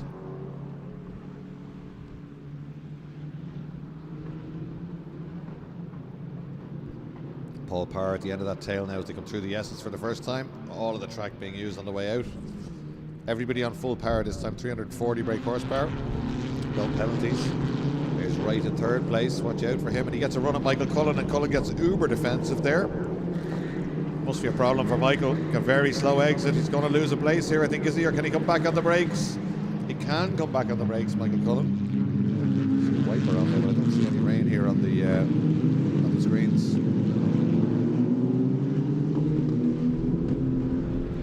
David McGuire at the tail end of that group. That might have been him involved in the Porter McQuaid incident, I'm not sure.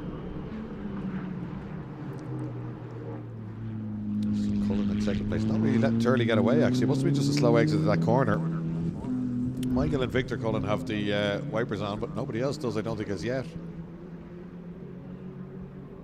Well, Shane Murphy out of the action. That's a shame. Always good to watch. His car parked on the access road to the paddock there.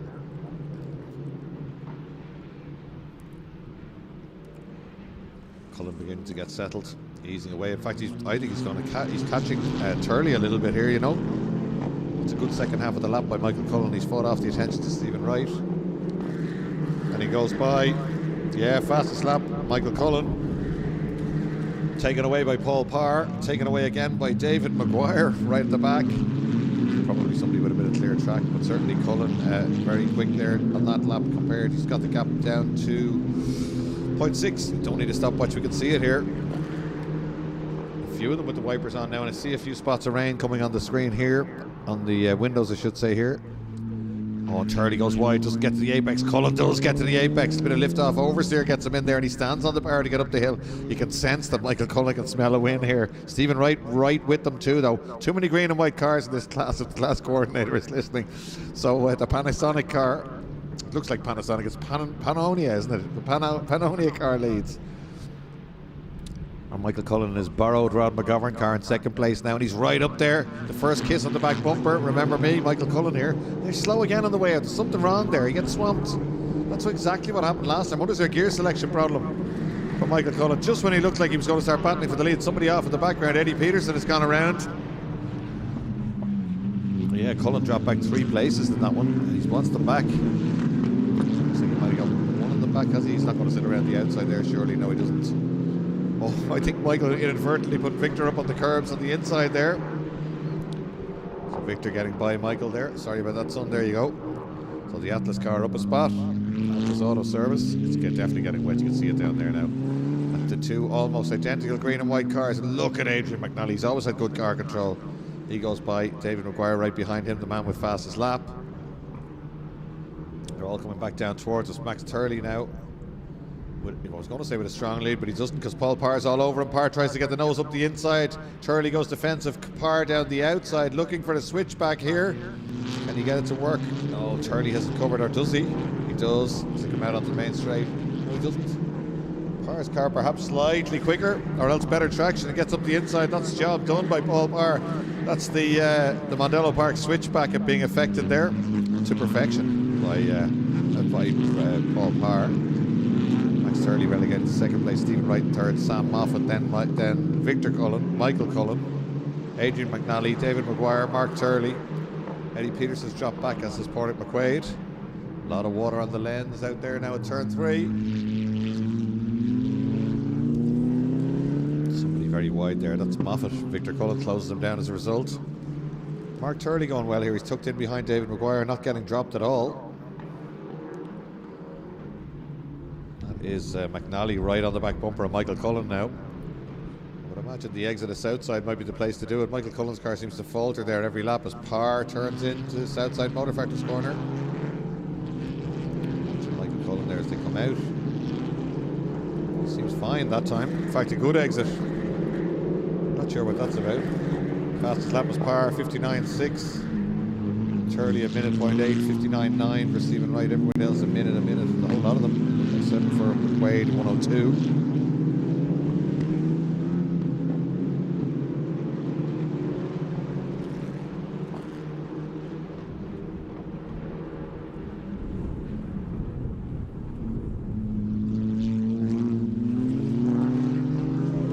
the curves, crucial to getting over those curves. Victor Cullen beginning to sniff around now at Sam Moffat, and Michael Cullen coming up behind him.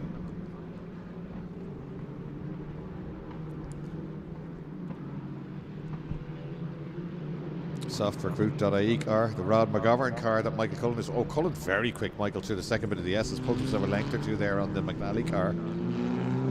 Turley under a bit of pressure here on the way back out. Is he going to leave the door open? It's the same thing again. He's got enough straight line speed, I think, to close the door. He's being a little bit polite there if he leaves it open. Goes in good and late in the brakes. Oh, he could have closed the door there. Nice job by Victor Cullen down the inside, takes a place. Michael Cullen goes wide again and gets passed by McNally. Well, somehow Max Turley did well. He held on to that one. Must have sat around the outside there. Has that second place back. None of this bothering Paul Parr. Fastest lap in 2.5 seconds to the good. Oh, somebody very sideways. That's Moffat, isn't it? It is Sam Moffat. Well, you knew he'd have good car control. Not often you see a say it on full opposite lock laying down rubber like that. So it's Parr, Turley and Wright. Then Victor Cullen, who's driven away from all that behind. Well, let's see if Victor can get the head down and put some good times in now. Is that Maguire that has got to the head of the queue behind him? It is. Good stuff, Dave Maguire. Lunge down the inside from, oh, commentators curse Moffat into the quarter panel of Maguire's car and just sends him spinning. And in fact, he stopped himself on the outside. Could be in trouble unless he can get that car going again. He can, but very slowly. Maguire's recovered. So Victor Cullen in a good spot here. The first two going through turn 2 together will cost them a little bit of time. Turley really fighting hard to hang on to this one. Right, looking for a go around the outside. He's brave around the outside, but doesn't quite make it. This should bring Victor Cullen right onto their coattails now in the Atlas Auto Service car. As he tries to get up the hill on terms with them coming back towards us. Did a personal best last time around at 59.7. Victor quicker than those two cars in front, but they're battling furiously. If that keeps up, he'll be on them in a corner or two. He almost is already as they go through Nordic Spirit. Victor looking for a podium here with 7 minutes to go. None of this bothering Paul Parr. Another fastest lap last time round. Turley still hangs on from Wright and Cullen right in there too. And it's Michael Cullen next up, but he's lost a lot of time. A bit of shuffling going on there.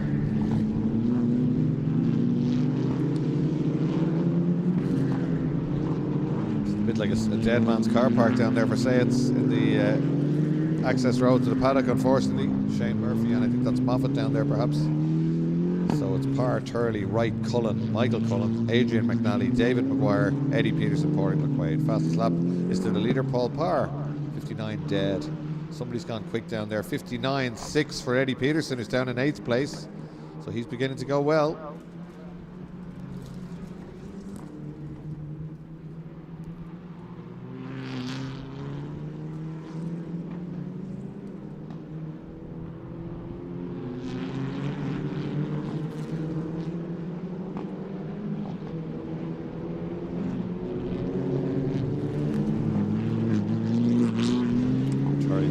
Still together. Victor Cullen thinking of a move there. Had he been a length or two closer, there was a chance he could have stuffed it down the inside, but he lost a little bit on the second half of the previous lap there. 5 minutes still to run in this one, plenty of laps left.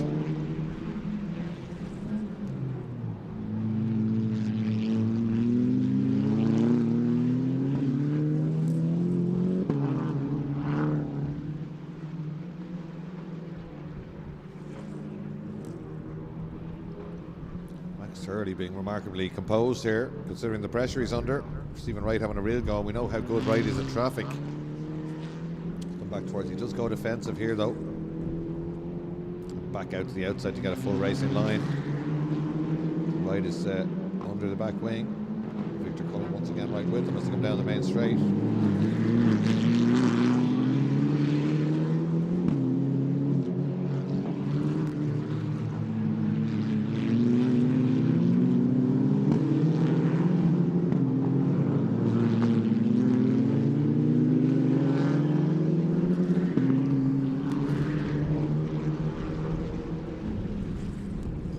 Starting to go well, under the minute, 59.6. Most of them in the 59s, a few in the 58s.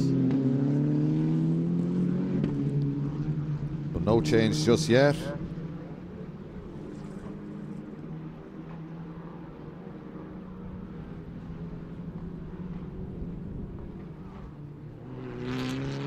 Yes, again, and Victor Cullen once again has dropped back just a little bit from these guys.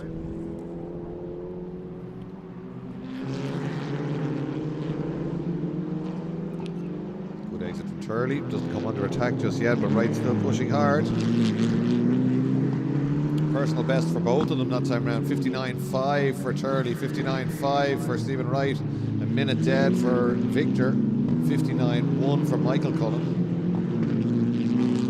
Cullen is fastest man on track on that lap. No, he's not. No, Adrian McNally right behind him, 58.9. So good stuff. Adrian McNally, fastest man on track at the moment. Breathing down the neck of Michael Cullen, who's the second fastest man. Oh, and didn't get to the apex at all there, Mark Turley. The tires probably past their best at this stage. It's all weekend running on them. Down into the S's. Bridgestone left-hander, then through the right-hander, Nordic Spirit, and upwards outside Motor Factors, 3 minutes to run in this one. And Paul Parr is away down the road. He's 7.6 seconds to the good. You don't see that too often in, say, at Super Cup racing. This time, over defensive was Turley, and that's cost him on the way out. And getting the run down the outside of Stephen Wright. Not quite alongside, but close enough. Victor Cullen suddenly right back with them again. Castle corner through Campion. Michael Cullen there with breathing down his neck is Adrian McNally. Both of those guys, though, Cullen and McNally, are clearly quicker for the last 3 laps than Turley, Wright and Victor. But, with 2 minutes to go, I don't think they're going to catch them. 7 or 8 tenths quicker. So Adrian McNally knows better to hassle Michael Cullen. I think he's tucking in behind him, and they both got the head down. They're good lap times, and a series of them as well. 59 dead, 8 tenths quicker than Max Turley, both of them, for the last 2 laps. Fastest lap of the race, though, still to Paul Parr, who's backed off a little bit. Not much, actually. He hasn't backed off at all. Another 58 that time round, just to prove me wrong. Max Turley's got away a little bit, I think, on this occasion.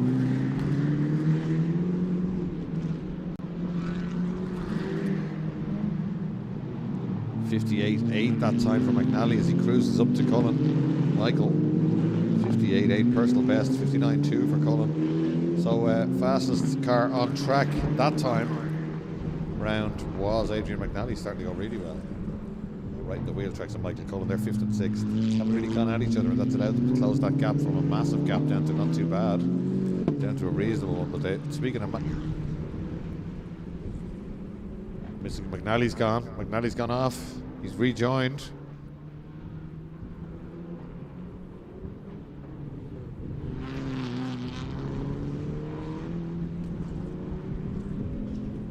Yeah, it looks like he's a half spin or something for Adrian McNally. Good quick recovery, but Michael Cullen away down the road now.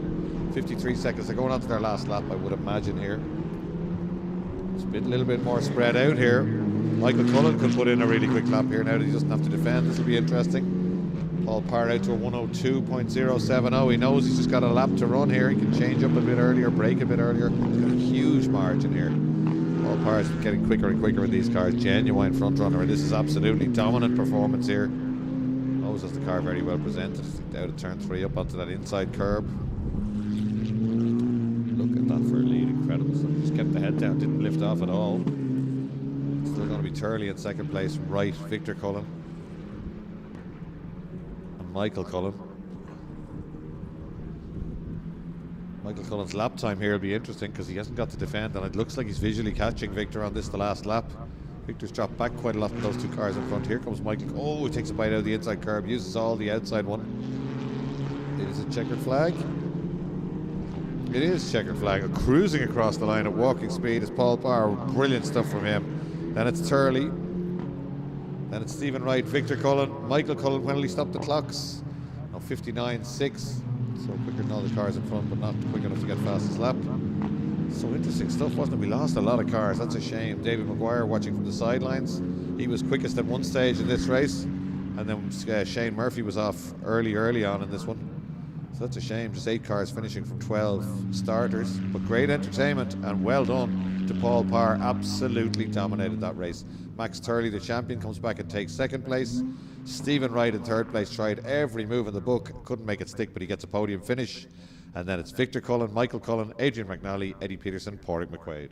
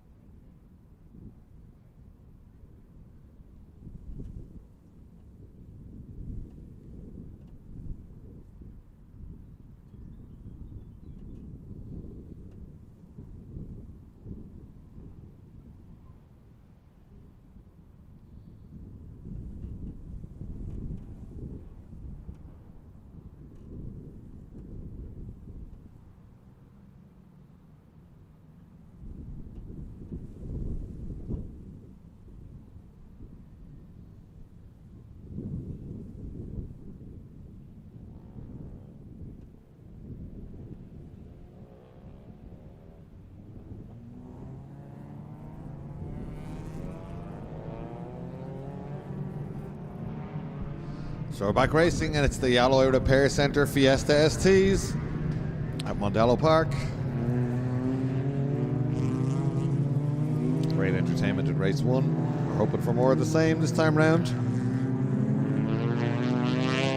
Daniel McDonald fired the car round. He's a week early for the drifting, but it was well held. That's trying to get heat into the rear tyres.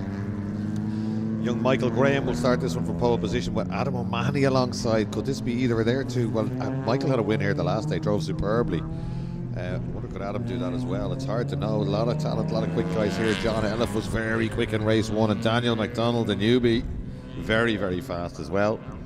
And Tim McQuaid and Derek Graham, the two danger man. Oren King went well, so did Chris Jones. And Jonathan Kerwin, Matthew Devereaux, Porrick McGinley, Christopher Grimes, Charlie McKillen, Jason McGeehan, David Deary, Trevor Farrar, and Niall H. Nolan. That's the grid we have here for the Alloy Repair Centre Fiesta ST Championship. Alloy Repair Centre based in Cookstown Industrial Estate, just off the N7 at Tala. And the Accident Repair Centre, a sister company of theirs as well. So Owen Cullen, big supporter of this class, also pretty well able to handle one of these Fiestas. We don't have him here. It's a long time since we haven't had Owen on the grid. So hopefully we'll be back out soon as they head down towards the grid. A lot of weaving around. Again, they're all trying to get a bit of heat in their tyres. Nankang tyres they use on these cars. Pulling up to the line. Again, interesting to look at them there. Certainly from above, I can see that Adam O'Mahony is nowhere near where he needs to be. He's about 2 or 3 feet back from his starting stall. The only one that's really right on it is Tim McQuaid. There's the shot. You can see Tim McQuaid. You can't even see the white line. His wheels are right on it. But a lot of them just too far back. And Adam O'Mahony certainly giving away a couple of feet to the fellow front row man of Michael Graham.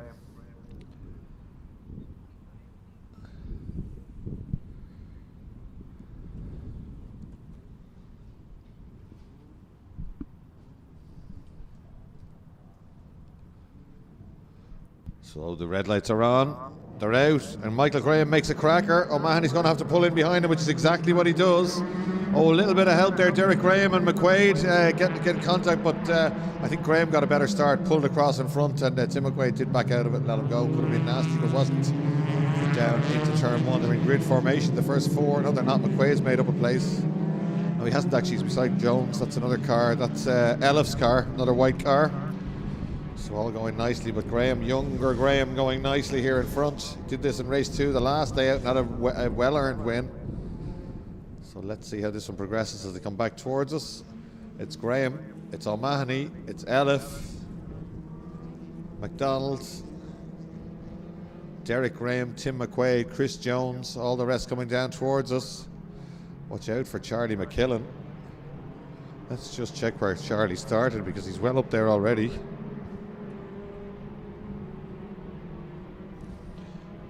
He started on row 7. Charlie McKillen worth watching here. McDonald down the inside of Elliff, a little bit of contact there. He gets the nose up the inside, but Elliff gives him the squeeze and he has to back out of it on the main straight. The 2 leaders beginning to get away. Then Elliff, McDonald, McQuaid, Graham, Jones, Oren King going nicely. Charlie McKillen, Matthew Devereaux. There's McKillen right in the back of this group already. And Jonathan Kerwin, Trevor Farrar, Porrick McGinley, Christopher Grimes, David Deary, Niall Holohan and Jason McGee in the order as they went by the start-finish line at the end of lap 1. So Michael Graham and Adam O'Mahony beginning to get away. This is the battle for third place, and down Tim McQuaid straight into the quarter panel of Daniel McDonald's car there. And he's pulling off. He might have done some damage, I think, to his own car. It looks like it. So that just gave the hops to the yellow Fiesta of Daniel McDonald, but let's hope there's no damage done. Derek Graham right behind him now as they come back towards us.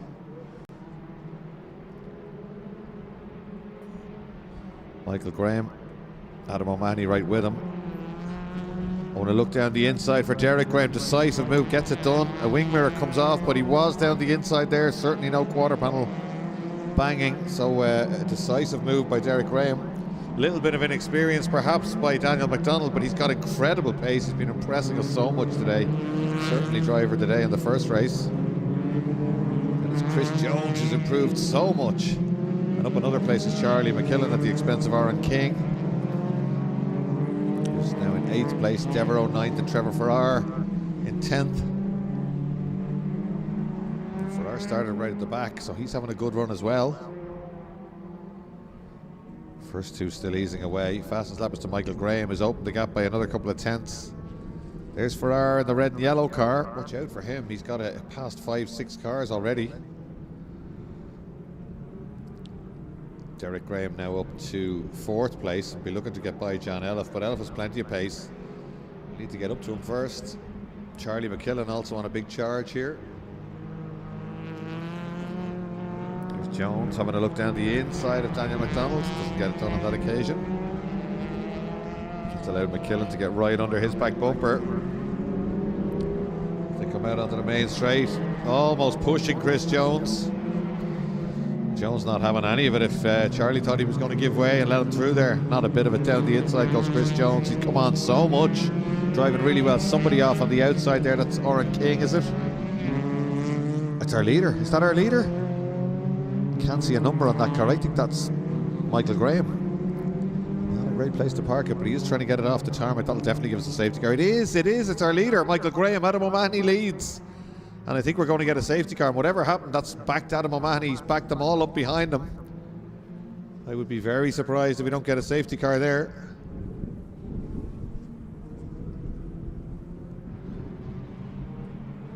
No sign just yet. Maybe he's got the car out of the way. Certainly Adam O'Mahony's still leading and going nicely, trying really hard coming out of the S's. He has moved the car away, but that's absolute heartbreak. I'm just looking out the windows here to see where he is gone.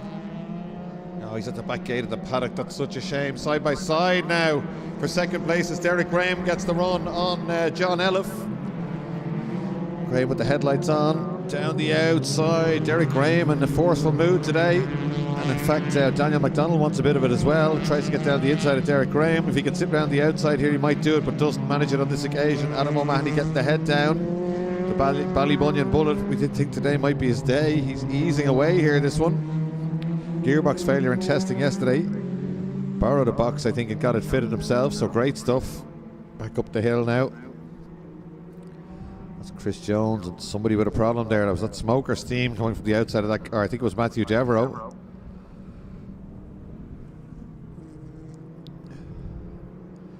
So John Elliff not handing away second place to Derek Graham quite so easily. Derek Graham with plenty of pace. Then it's Daniel McDonald. Then it's Charlie McKillen who's finding progress a little bit harder as he comes up and a last minute lunge down the inside. That's Formula Ford stuff. Great move again by Derek Graham. Back of the car moving around. Last minute flick. We haven't seen this sort of stuff from Derek Graham before. It's great to see it. Oh, and Daniel McDonald putting... well, I'm not sure about that one, but it's certainly, if someone's got the nose up the inside here at Mondello Park, you kind of have to let them go. But anyway, well, I think one floor below me might decide what happens there, not me. Adam O'Mahony still leads from Derek Graham, John Elliff. That was McKillen and Daniel McDonald coming together there on the main straight. They're still side by side on the way to turn 3 now. I think Charlie McKillen's got it done this time round.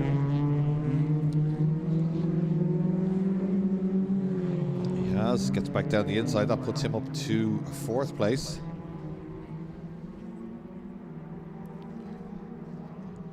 Fastest lap, Michael Graham still. Such a bad day for Michael Graham.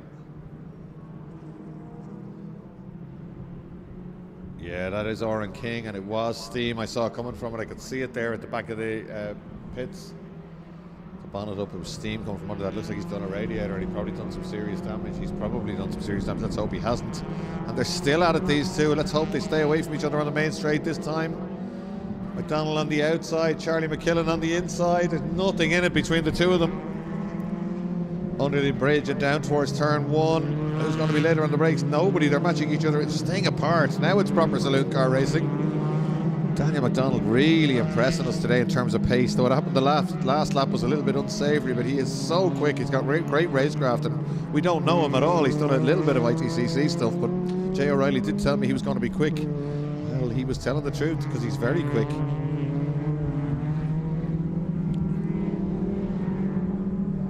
So it's O'Mahony, Graham, Elliff. 7 minutes to go, just half distance in this one.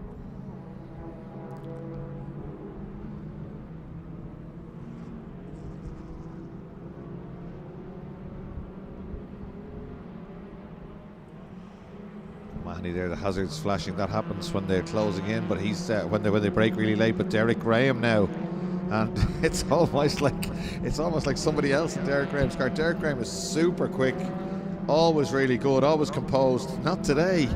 He's really aggressive in the car. We've seen some fantastic moves from him. So has Adam O'Mahony by the look of it. One eye on the mirror.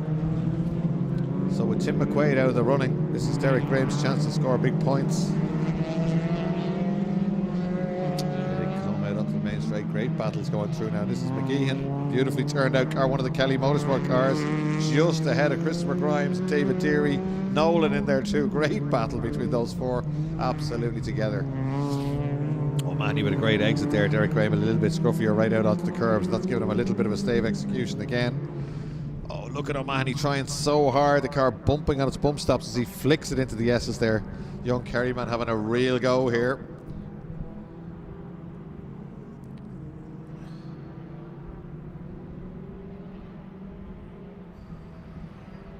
Derek Graham very close again on the brakes up into the final corner. Killen now released in third place, has closed down John Elliott in fourth place, I should say.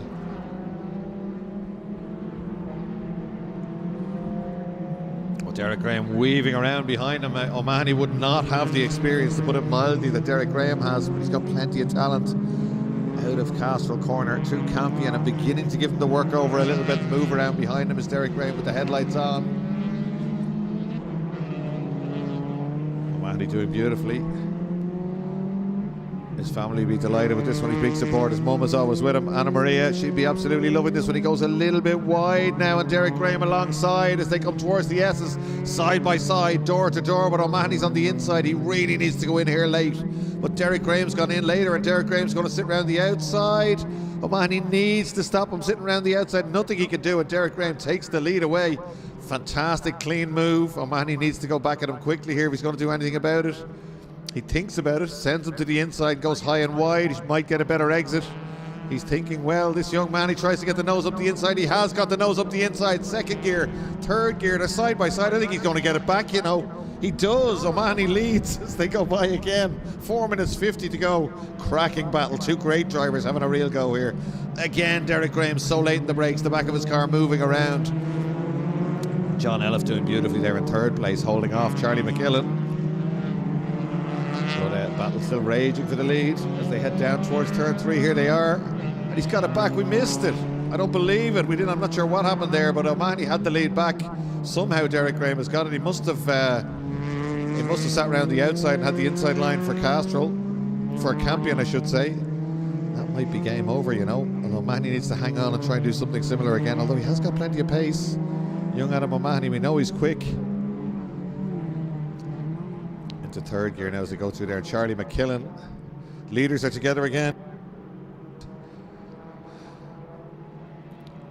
and this time O'Mahony makes him defend again. Exact same, both so late in the brakes, tries to get back down the inside again. Is he going to get it done? Not quite on this occasion. Derek Graham just containing it. 3 minutes 49 to go. What a race. Derek Graham leads, but only just. He's under big pressure from the Ballybunion Bullet, who looks to the outside, looks to the inside, back to the outside again. Derek Graham now the man under pressure. The hunter becomes the hunted as Adam O'Mahony begins to pile the pressure on. Derek Graham out front. Multiple champion. Adam O'Mahony a relative novice in terms of experience. Daniel McDonald still doing well. He's closing down Charlie McKillen. Derek Graham down into turn 3. Adam O'Mahony still not far away. Adam O'Mahony gets closer to the apex than Derek Graham there. The tyres will be a little bit overheated and tired after a full day of racing here. They've done qualifying, and this is their second race, so it always happens. They can go off a little bit towards the end of the race. Clean lap for Derek Graham, though. I think that's going to get him away. Oh, and right out to the outside, using all the track. O'Mahony not close enough to make him defend. He needed to be, but he just couldn't quite stay with him on that lap, and that's allowed Derek Graham to take a full racing line through Southside. John Elliott driving beautifully here to hold back Charlie McKillen. Third place, there they are together, absolutely together. That's pressure, but he's not bothering the ex-Carter. Side by side under the bridge, and McKillen goes down the outside of the brakes. So let's see who's going quickly. Jason McGeehan, 6'9", is as quick as the leaders on that lap. Jason McGeehan personal best, running down in 11th place. So some of the less experienced drivers starting to go really well. Oh, bouncing the car over the inside curb. I think at the first apex perhaps was Charlie McKillen there. Oh, and it's a little bit of a mistake. As we said, the tyres are starting to go off, and Elif didn't get to the apex. That slowed him, and that's allowed McKillen alongside almost on the run up to the S's. He switches back to the inside, down the inside into the quarter panel. Yeah, well, I don't know about that one. John Elif will probably be aggrieved, and he's probably going to lose 2 places, because here comes the charging McDonald now. McKillen right out over the glass and the grass and the white line there, trying to get as much space as he can, and understeer now from John Elif, just frustrated by that, I'd imagine, out onto the main straight. And that allows Daniel McDonald up another place with 1 minute and 28 to go. Well, you wouldn't be bored, would you, watching a Fiesta ST race? This is great stuff. If anything, Adam O'Mahony is closer, you know. He's 2/10 quicker on the final lap, on the last lap I should say, and he's closing that gap down just a little bit. It's at half a second. It's not over just yet. This will be interesting stuff. Certainly there are places on the track where I think Derek Graham is quicker, but O'Mahony can haul it back when he needs to.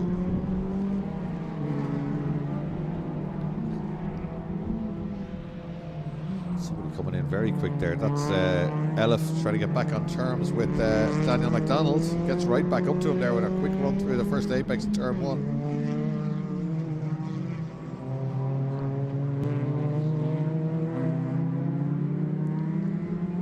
I think out front Derek Graham's got that gap a little bit bigger again. They will get another lap after this one.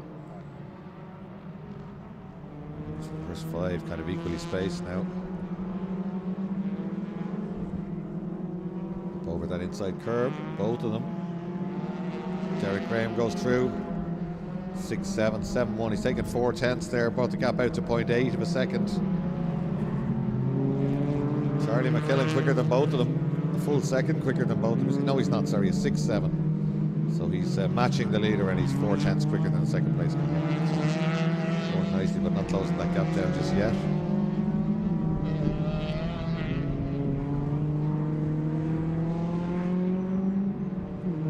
Looking down to some of the newbies, and they're very close in time to the leaders. 6-9, 7-1 for Adam O'Mahony last time round.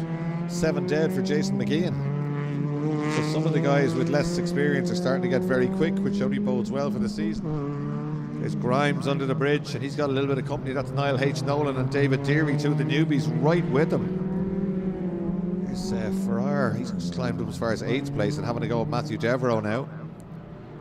This is checkered flag, I would imagine. What a great Fiesta ST race it's been. It's going to be Derek Graham yet again. Wonderful race, great aggression. Maybe this is Derek Graham 2.0, because he really was aggressive in that one, and he drove superbly. Adam O'Mahony, what a drive, so close to his first race win, and fought back really, really well. Look at this, across the line. Ferrar takes another place on the final lap and displaces Matthew Devereaux, so all the way from the back up to 7th place for Trevor Ferrar. So Derek Graham, Adam O'Mahony and Charlie McKillen top 3. Then Daniel McDonald, great driving all day. John Elif, Chris Jones, Trevor Ferrar, Matthew Devereaux, Jonathan Kerwin. And it's going to be Jason McGeehan, who's starting to go very quickly. He was in the 6s earlier, 6-9. Padraig McGinley. And it's going to be Christopher Grimes, Niall H. Nolan, another one of the Kelly Motorsport cars, and David Deary got ahead of him. Sorry, that's the Kelly Motorsport car. He just got ahead. But great stuff from Alloy Repair Centre Fiesta STs. As they come into Parc Ferme, they'll be subject to all these checks as well. Drivers all getting out. Nobody got an easy race there. Some fantastic racing.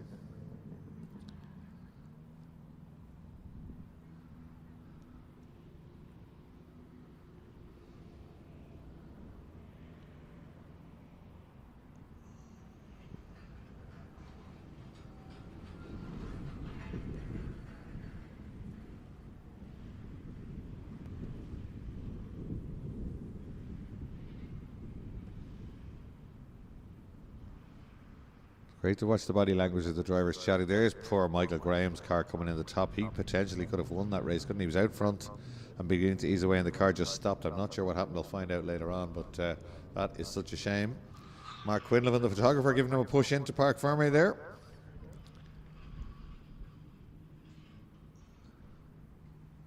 There's Oren King's car being pushed in by Ali. Let's hope he didn't roast that car too badly. There's Michael Graham going over to congratulate his dad. It's bittersweet for him, isn't it? You could see Aubrey over there as well. Great family. They've raced many, many years here at Mondello Park and at Kyrgyzstan. A lot of hand waving and motions with drivers there, doing steering motions, chatting to each other. Always great to see. Next up in a few minutes' time is the Precision Tint and Graphics Irish Touring Car Championship.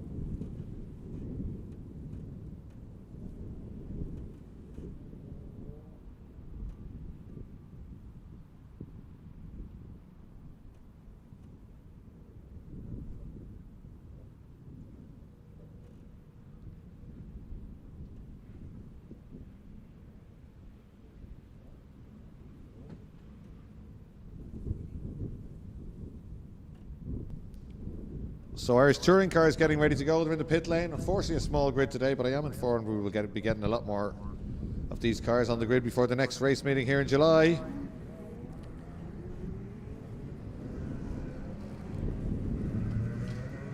So reverse grid for this one. James Marmion in pole position. In the Celica, seemed to give a bit of trouble earlier. I don't think it was going particularly well. Pat O'Mahony, Malley in the EP3 alongside him. David McMinn in the really quick turbo diesel, you heard me correctly. Sayed Ibiza on row 2, and Ross Aspel, who I would imagine will be in the lead pretty quickly on this one in the yellow Integra. He drove beautifully in race 1. Then Luke Marmion, who didn't finish race 1, is all alone on row 3.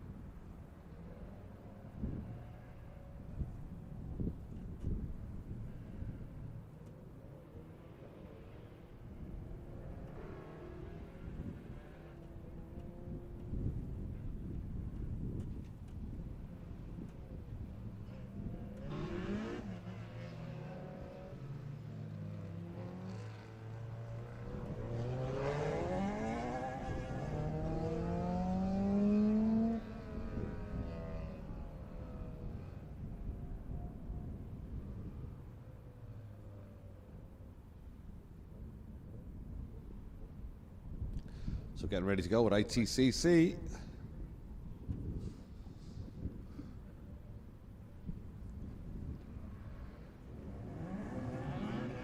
Revs are up. There's not much in it. I did say there were problems with that Celica, but it's matching the EP3 away, almost matching the EP3 away. But here comes the oil burner down the outside, a cloud of black smoke, and the diesel machine is on its way. It's great to see. Incredible torque in that car. McMinn tries to get around the outside, but Pat O'Malley holds him off and leads through turn 2. I don't think Pat O'Malley's car will be quick enough to hold off certainly the Seat or eventually the Integra, but he's certainly enjoying his moment of limelight here down to turn 3 as Aspel dispatches the two Celicas. It's great stuff from O'Malley. He's not giving us any space down the inside to allow the Seat pass. He might hang on until the main straight here in the EP3. Just look at the speed of that car. Here comes the Integra already. Excuse me, already right with them as they come to the S's, but Pat O'Malley holding them both off here. They're really quick boys in his EP3, the ex-Future Classics car, driving as if his life depended on it. He actually gained a length or two through Nordic there. Leaves the door open a little bit, but goes in deep on the brakes and slams the door. I don't think so, boys. They'll have him on the straight surely, but that was a lap of glory there for Pat O'Malley and the little Civic. They haven't done him just yet, but here they come. Integra trying to get alongside. Can O'Malley possibly hold him off on the brakes for another lap? He's going to, I think. You know, this is great stuff. He can. He's to the apex first, and they don't get him on the way out. This is great stuff from Pat O'Malley now, leading the Irish touring cars in the little EP3. They're going to have a rethink, but actually the winner there was McMinn, wasn't it? Because he was third. Oh, he uses that wave of torque to get up the inside of the EP3 and takes the lead away down into turn 3. The Integra will be next as it hugs the apex there. O'Malley out onto the curbs. Here comes the Integra alongside, just drives by. I'm sorry about that, Pat, he's saying, but I have to deal with this Seat up front before he gets away. 4 cars together. Is that Luke Marmion with them? It is. Good stuff. They've obviously sorted the problem with that car. And he's going nicely in the Celica. He's right with this 4, just out of shot. They come towards it. O'Malley fancies a look down the inside.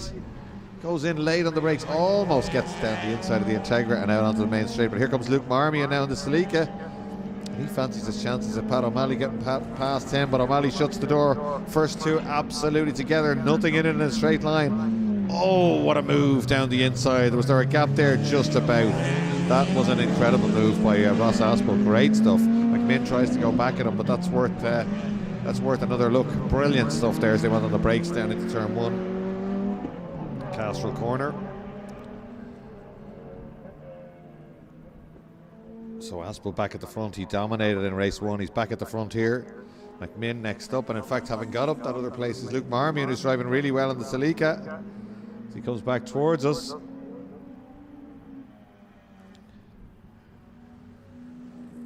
So it's Aspel, McMinn, Marmion. Sorry, Marmion, O'Malley, and James Marmion. McMinn looking down the inside there, but he's a little bit too far back.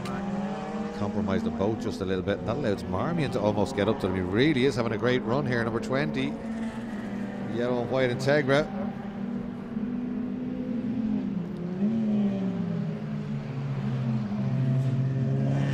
He's still going nicely too.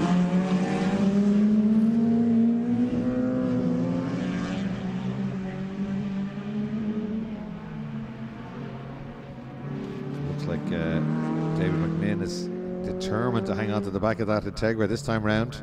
It eased its way away from him in race 1, but he's certainly looking more determined here. Marmion still impressing us there in 3rd place, hanging on and not dropping back too far as Pat O'Malley.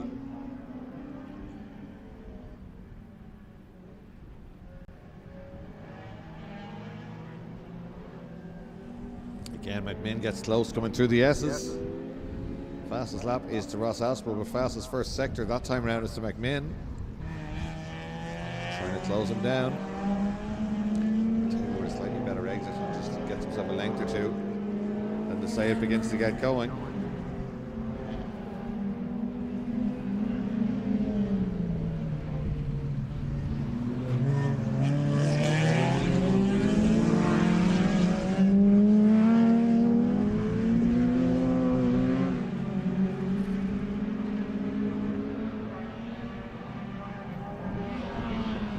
Same thing, it's just ebbing and flowing.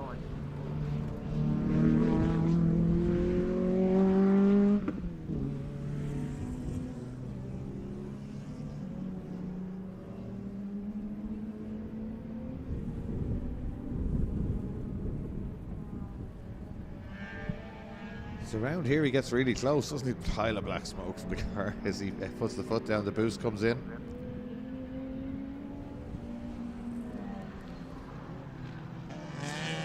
We're getting a little bit wide there. Perhaps the front tyres, as we saw on some of the other ones.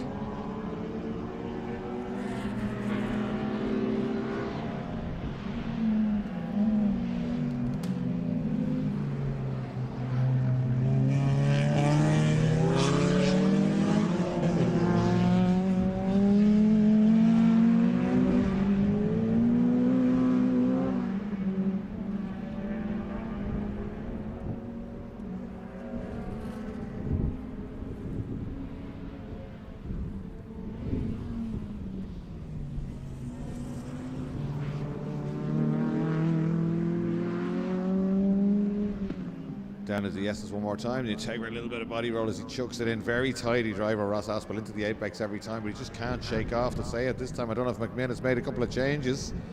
Certainly there's nothing in it. A 10th in fastest laps is all it is. Fastest lap last time around to Ross Aspel, but still not over a second ahead. McMinn was only a 10th off him. It certainly looks like he gets a cleaner exit out onto the main straight, but I think it takes a few seconds, or well, fractions of a second for the Seat to get up and running. The Integra is very quick on the exit there.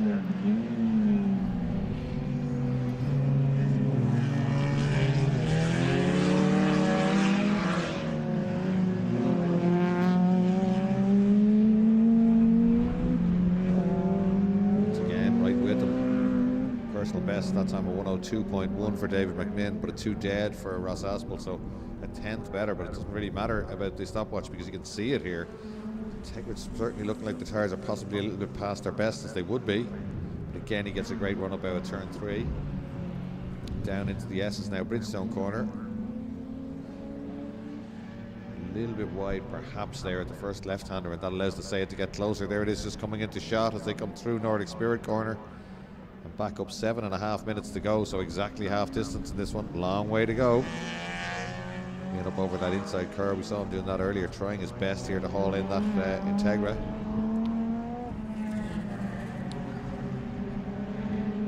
Oh, he's a lot quicker that time. I wonder is the Integra in trouble through the speed trap. 137 versus 151. He's alongside down into the braking zone now. I wonder has Ross Aspel got a problem? Just when he pulled what, 4th or 5th gear below me there, it just didn't sound quite right, or maybe he just struggled to get the gear. No, he's definitely slowing a little bit here. So this is going to be interesting. Integra through the first apex on the brakes now to get it turned in and up the hill. McMinn still making him work hard. Petrol versus diesel. This is a really well sorted car. This little Seat Ibiza, built in the UK by Darkside Developments. They do a lot of endurance racing and club enduro. And they've got some really quick diesel Golfs as well, but this was their project, rolling project for a while. David McMinn has got hold of it and drives it superbly, and it always gives us added entertainment value because it's diesel. People don't believe it's diesel when they see it out on track and how quick it is. There's the giveaway, the little bit of black smoke. He's putting a good lap together this time, I think. Yeah, same again, 2.5 for both of them. Again, he tries to get alongside the brakes, but Aspel having to go defensive with 6 minutes to go.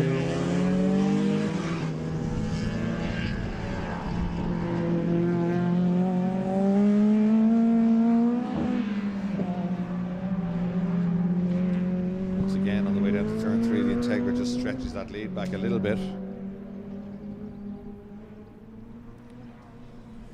And the Ibiza right into the apex there on the inside though.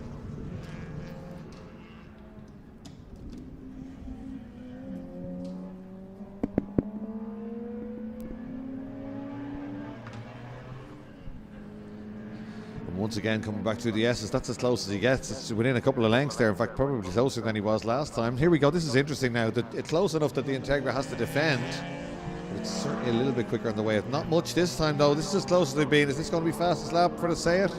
As they go by, he looks to the inside this time. Personal best of a 2-1. Again, the Integra has to defend. Aspel down the inside, McMinn with a really late turn in. He's looking to get it run at the way out. Starting to look a little bit scrappy. I wonder are the front tyres going off on that car, but certainly McMinn is renewed energy here, and he's going to have a go on the way to turn 3. The VTEC saves the Integra there perhaps on the way down to turn 3. But Certainly McMinn looking very threatening in the closing stages of this one. Less than 5 minutes still to run. Back up the hill, and once again the Integra, great run up the hill out of that corner, gearing just right, and gets on the power good and early. But here's where they say it is so quick to the first bit of the S's and then closes up on the second bit. Mind you, didn't on this lap, and if anything the Integra is beginning to get away. Wonders McMinn in trouble here. Tries to come back at him on the brakes. Certainly he was relatively slow through the S's that time. It's a big gap this time round. Oh, it's fastest lap for Aspel, 61.8, 62.9 by McMinn. He lost 1.1 seconds on that lap. So not only did Aspel speed up, McMinn slowed slightly.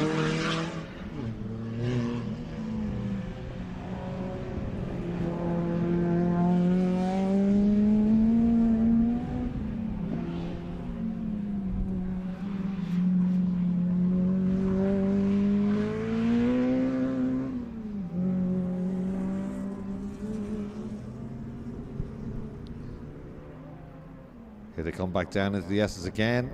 Gap static, if anything. I don't know if he's opened it anymore. Marmion is still in third place. O'Malley in fourth. James Marmion has retired. So just 4 cars still running in this one. But it only takes 2 to make a race. That's what we've had here up until this lap, the last lap, I should say, the previous lap. 3 minutes to go, 3.5 minutes to go. McMinn a bit slower at the apex there. I think they've all probably cooked their front tyres at this stage, and the gap probably opening up again. 62 dead for Aspel. 62.7 for McMinn, so back within 7/10 from that time he lost 1.1 to lap before.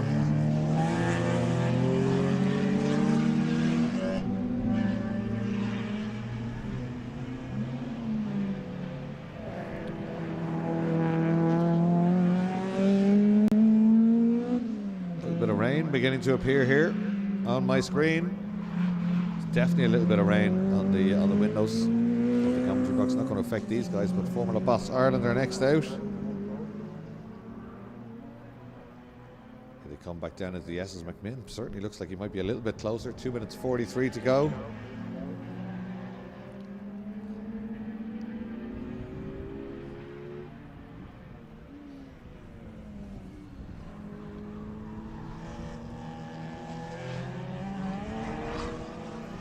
See, is it any closer? It was 2.006 seconds last time round.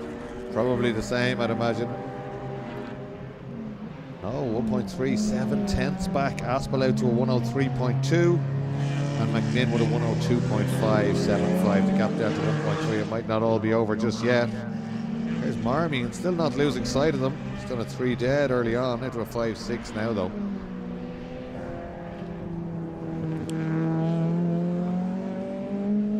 A bit of rain on the camera lens, you can see there down at turn 3, and he doesn't get near an apex that time, and to say it does. So obviously struggling a little bit with front end grip now is Ross Aspel. Let's see if he can hang on. Minute and 43 to go. Certainly the say it is steaming its way towards him now as they come round the left-hander and then the right-hander of Nordic Spirit.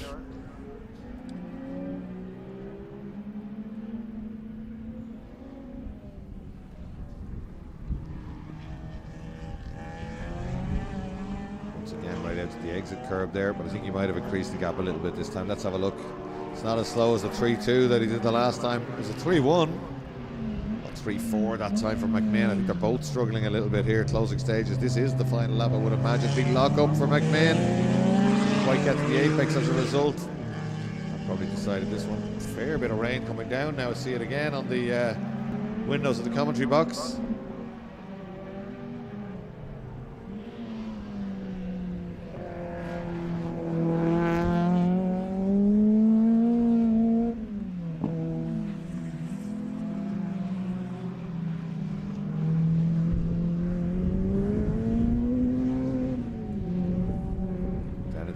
Again, mind you, 35 seconds to go. They might get one more lap, you know. Last time around a 3.1 and a 3.4, so the gap open again by a few tenths, but they really have been going at it all through this race, side by side a couple of times, but Aspel just holding him at arm's length for most of it. As they come out onto the main straight, will there be a checker flag? No, there won't. There will be another lap.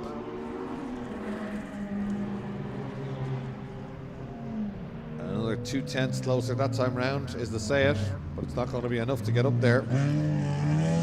So it might be a big mistake. The Integra goes wide, wide, wide, and all of a sudden the Sayed is right with him now. Race on with a lap to go. Ross Aspel leading, but couldn't get it stopped down into turn one, and here comes the Sayed. Can he get alongside on the way out to turn three? We were going to watch something else there. He almost got alongside with the Integra back there now. It's getting very wet and greasy. Ken doesn't quite get into the apex, and the Sayed does, gets right in onto that white line on the inside. This is where the Sayed is, dangerous is the wrong word, but certainly where it looked quicker all afternoon than the Integra is round here. Not on this occasion. Through the S's now. No, that's a good run through there from Ross Aspel. That's enough, I think, for this one. As they head up towards the final corner, Southside Motor Factors. All he's got to do is get it turned in, which he does here.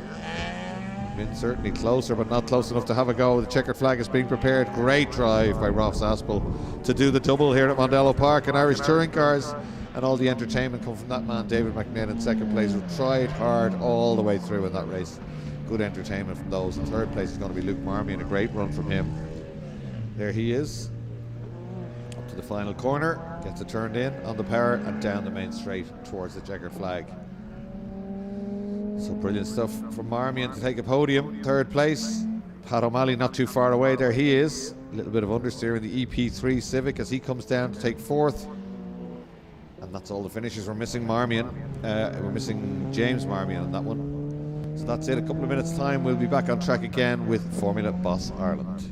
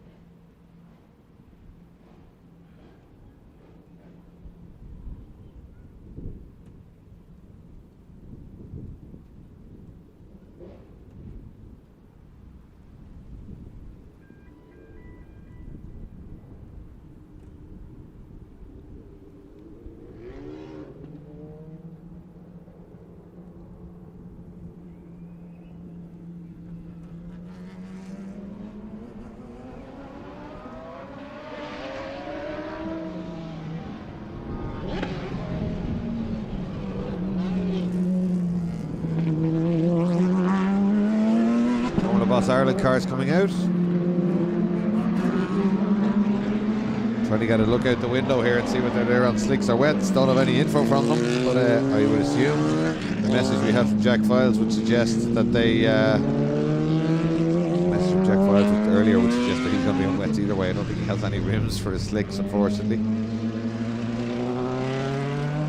So Paul O'Connell will start this on pole position. Sylvie Mullins alongside, that'll be interesting. And Michael Connolly, Lee Malone, Jack Files, Martin Daly, Daniel Fardy and Gary Graham.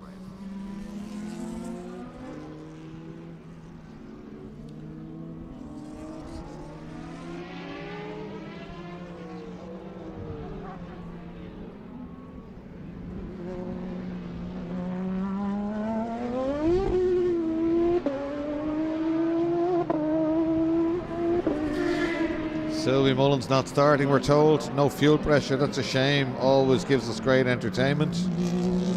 Always appreciate a bit of info from the pits. That's Aidan Connolly. Thank you, Aidan. I'm sure they tried their best to get it running. He was very quick earlier on. 2 warm-up laps for these cars. They'll lead both of them. Still looking like a little bit of rain.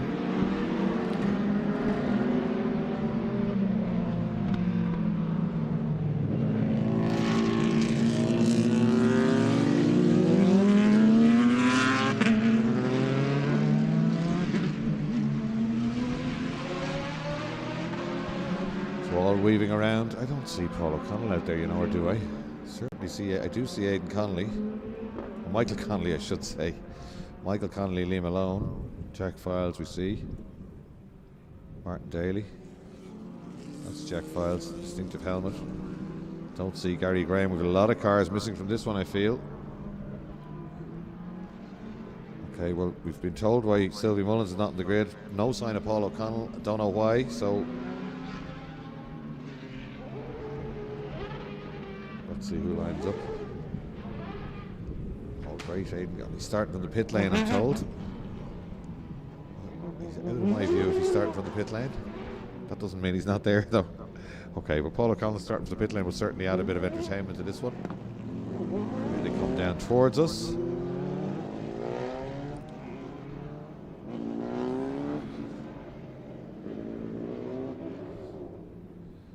So Michael Connolly will be on row 2, but he's effectively on pole position because we don't have Paul O'Connell on the front row. We don't have Sylvie Mullins. He's a little bit ahead of his marks there. They're all there.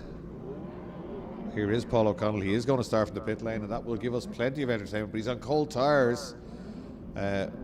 Paul's sensible enough now. He'll take a lap or two to warm them up. He can't start until the last car has gone by. Well, hopefully he's ready to go. His team are running towards him. They're saying no. Joe Powers, a hand up. Away they go. They're letting them go now. Well, this is going to be interesting. There's definitely an entertainment factor as Lee Malone has to go for the lead down the outside of Michael Connolly this time. Then it's Martin Daly, then Young Files, then Daniel Faherty, and then watch out for Paul O'Connell as they blast down towards turn 3 for the first time. Martin Daly down the inside of Lee Malone, who says no, I don't think so. Chops across the bows and the little 1970s Royal RT4. He's driving this car superbly. He gets a little bit out of shape, doesn't bother him. Opposite lock, there you go, let's go. Back up towards the S's. He really is loving this car. Paul O'Connell's already caught them and has passed Daniel Faherty. Next up we'll have Young Files and Martin Daly. So will he do that on the way up the hill? He'll probably wait till the main straight. Simply needs to get his tyres up to temperatures. We said it's a little small little bit down. Files is glued to the back of Martin Daly here. Chocolate battle. Around goes Faherty. Oh, Martin Daly's off on the main straight. No traction. Cold slicks. Glances the barrier, but I'd say that car is okay. Just a slight touch with the rear right. Martin thinks it's okay too because he looks like he's trying to get it started. He's furiously pressing things inside the cockpit. But that might be that, I'd say. He has got it going. Great stuff, Martin Daly, but there's no traction on the grass. Well, great stuff from Martin Daly. Gets it going. He's going to have to spin it around here.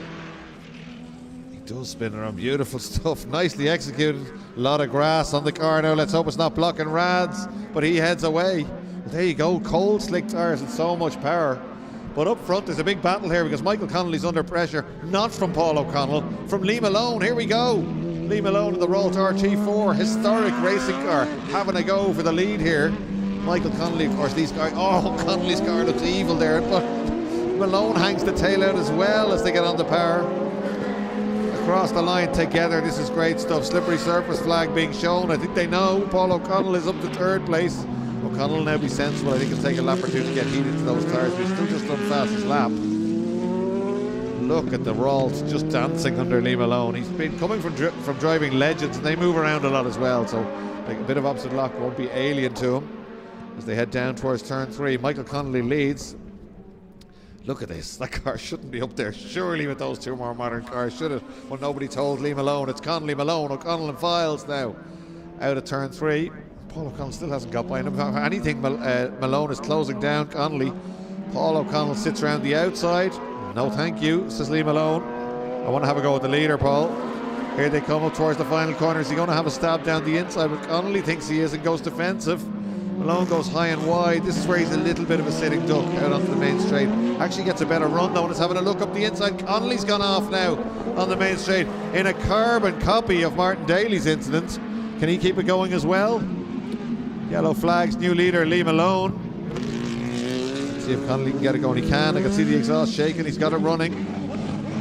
Sounds great. Let's see if we can get it off the grass, into gear and away. He can. Loads of wheel spin. Gets it spun around. Great stuff. Can he keep it going? Stopped again. Should be able to get it started again, hopefully.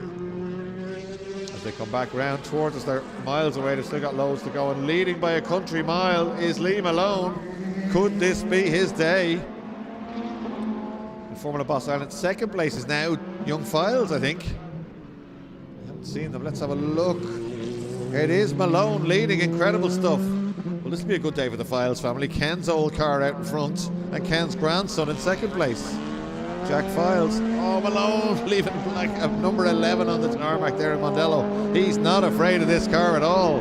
Absolutely great stuff. Lee Malone in the Rolls R34 leads down into turn 1. Jack Files goes through in second place. Then Paul O'Connell goes through there. Paul O'Connell must have been off 1:14 that time round.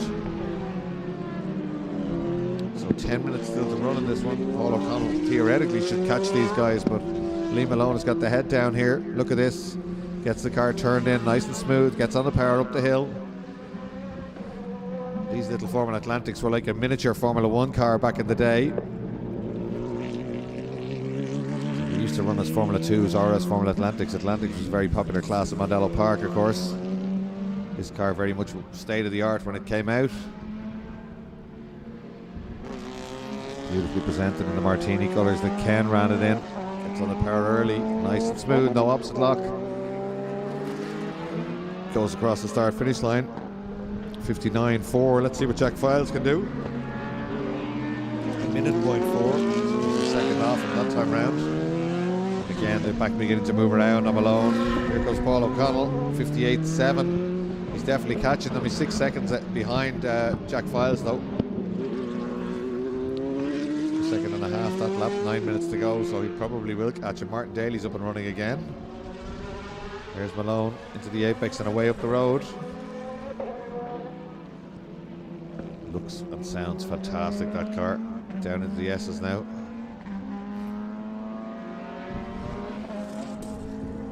I know Jonathan Files wasn't keen on selling this car, but he wanted to fund the F3 car for Jack, which seems to have been a good investment judging by the way Jack is going in the little F3 car. I wouldn't be surprised if that car arrives back in Files ownership at some stage in its future again.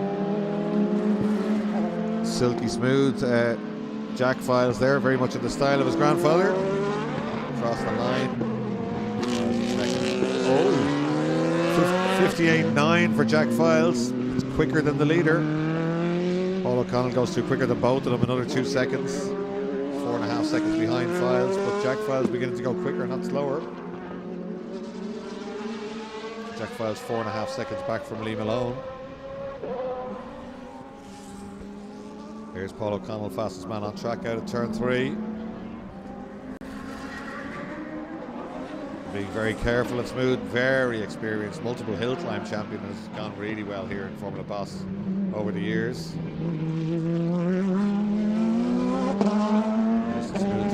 There's Lee Malone. That's in the lap time when he gets to the start finish line. He was 1:01 last time round. He'll have to turn that up a little bit. He has done 58.5. 57.3 for Jack Files. 55.1 for Paul O'Connell. I'd say it's a matter of time now, but Jack Files really flying and beginning to catch his granddad's car. 3.3 seconds the gap. Martin Daly now. Oh, and Malone just being balked. I'm not sure Martin knew he was there and still doesn't know he's there, and he's being held up badly here. Has to go back down the inside. That's brought Jack Files right up to him. Here they come up the hill again, but he got a great exit, didn't he? Jack Files now can smell the lead, but soaking Paul O'Connell in third place with a 55.1 last time round. 7 minutes still to run. Jack Files almost with his granddad's Rolls RT. Lee Malone driving beautifully out front. Relatively little experience in this car. Blast across the line. 59.1 for 59 dead for him. 57.4 for Files, but 54.1 for O'Connell. So Files is definitely closing down the leader. Round the outside of him goes Paul O'Connell. Gentlemanly stuff from Jack Files. Doesn't fight that car. He would have seen the rate of closure coming towards him. The rate of at the rate of which he was catching him, sorry, behind him in his mirrors. and wasn't going to fight that one, but still pushing hard there, Jack Files. He would love to catch the Rolt, which Paul O'Connell has just done.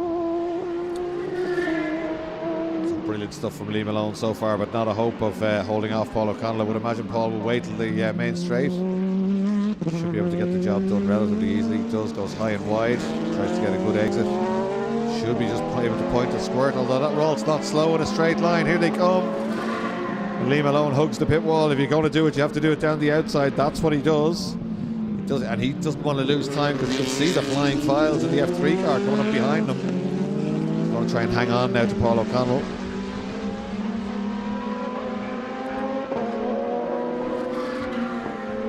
Paul O'Connell now leads from Lee Malone, from Jack Files, from Martin Daly. Michael Connolly has rejoined us back out there.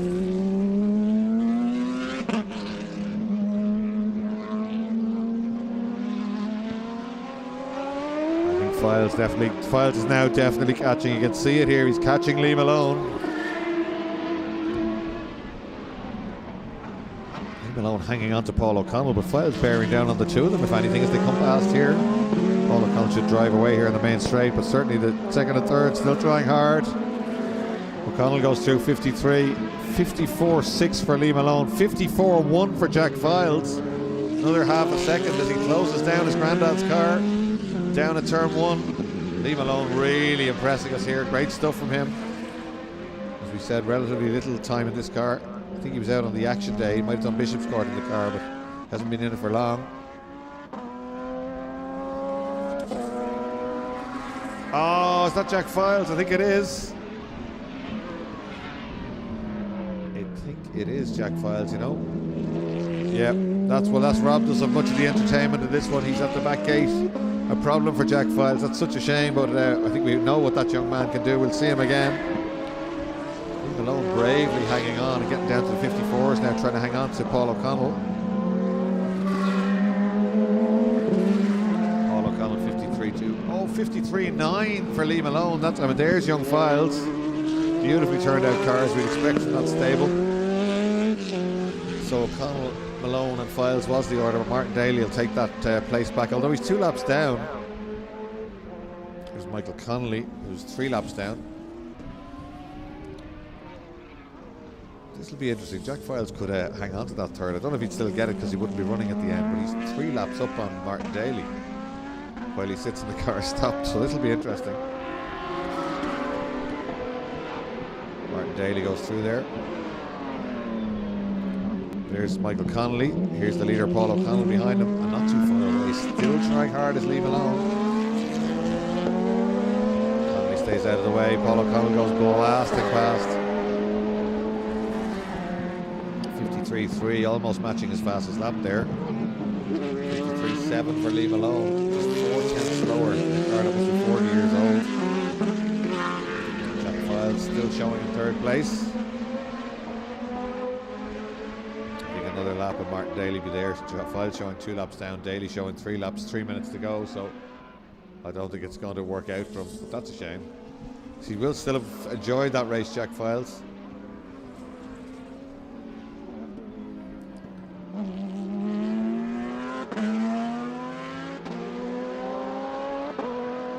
There's Paul O'Connell. 2.5 minutes to go. Is not letting him get away. This is very impressive stuff. But I know Paul O'Connell is probably easing off and balancing that gap, but Lee Malone certainly isn't. He's trying really, really hard in that vault. 53.3 that time round. Lee Malone 4 tenths quicker than Paul O'Connell that time round. Oh, you can see by the body language.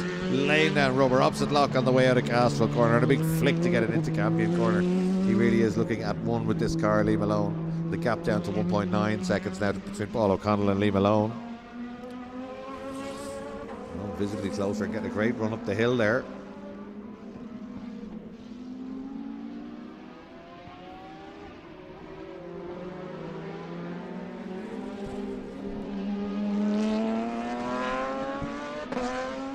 The hill to the final corner.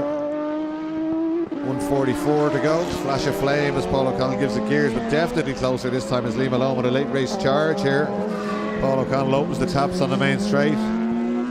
52.798, fastest lap of the race. Lee Malone, this is great stuff. Paul O'Connell could end up under a little bit of pressure here. There you go, Lee Malone rolls RT4. Incredible stuff. This is super stuff. He was 7/10 of a second quicker than Paul O'Connell that time round. I'm sure Paul O'Connell is monitoring the gap, but there's only 1.3 seconds in it now. It was 2 seconds the previous lap. So a minute to go, 1:02.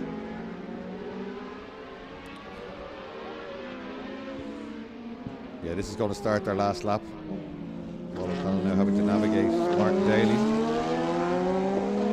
Yeah, Paul O'Connell I think has put the foot down again. Oh, that's put it without doubt. Fastest lap goes back to Paul O'Connell, 51.6. 51.6. Lee Malone with a 52.4 that time round to a personal best. And he's now got to get by Martin Daly. Let's see if that happens, just out of our shot. Well, actually, I can tell you out the window it hasn't happened. He hasn't got by Martin Daly. Oh dear. That's if there was any challenge, that's probably put an end to it. Gets by on the run up out of turn 3, but the gap is way open now between Paul O'Connell and Lee Malone. There's O'Connell already about to turn into Southside Motor Factors for the last time. Here he comes, great drive from him, huge pace, and into the 51s in difficult conditions at the end. He blasts across the line to take the win. But drive of the race for me, certainly Lee Malone in second place. Incredible stuff. Really putting it up to the more modern cars. Martin Daly next up. Michael Connolly, Jack Files, unfortunately a non-finisher in that one, but showing us great pace, and potentially was going to be second or third in that race. I'm sure they'll get that car fixed and have it back out. Plenty of potential there. Here's Michael Connolly. Connolly's top line car comes down. He takes the checkered flag for 4th place. And that's all the finishers in Formula Boss Ireland. We will round out today's racing with the last superkart race of the weekend. I'm not sure how many we'll have because it has been a rough day of attrition for these guys.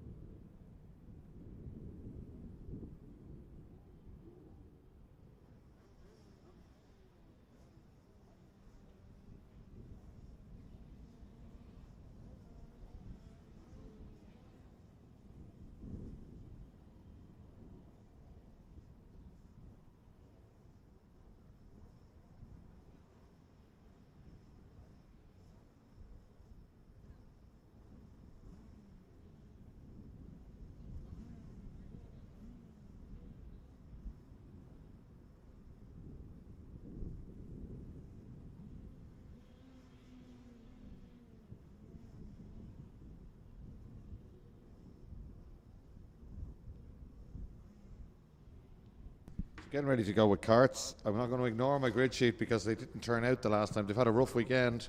Karts always give us great entertainment here, but they had a lot of problems. So we're missing a good few. In fact, we're missing most, if not all, of the 250s. So let's just see what comes out the pit lane. There's the Alfa Romeo Ireland Junior safety car. And the Alfa Romeo Ireland, Giulia Veloce in the background.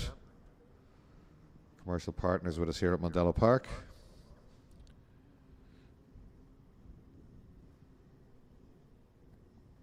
Yeah, there is one 250 left, and that's William Kane, 103. We don't even see James Deary. Then it's Mick Dunyan. Watch out for him, 25. He's won 2 races today. He'll want to make it 3. 41 Oliver O'Toole will want to stop him. Then it's Gabriel Lodge, Patrick Sands, and I think Henry Williamson. Indeed it is. As they head away, the 250 leads them out.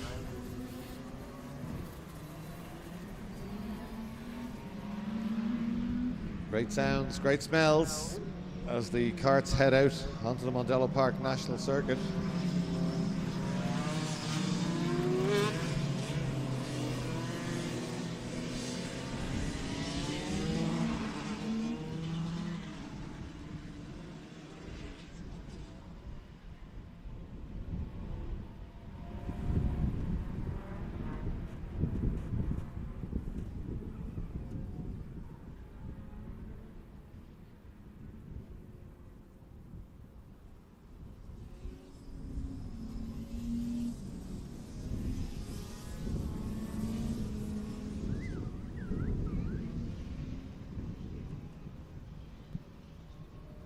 And the S's are come by the Alfa Romeo safety car. Lights are off, meaning he's going to pull into the pit lane. They can come down and do their rolling start.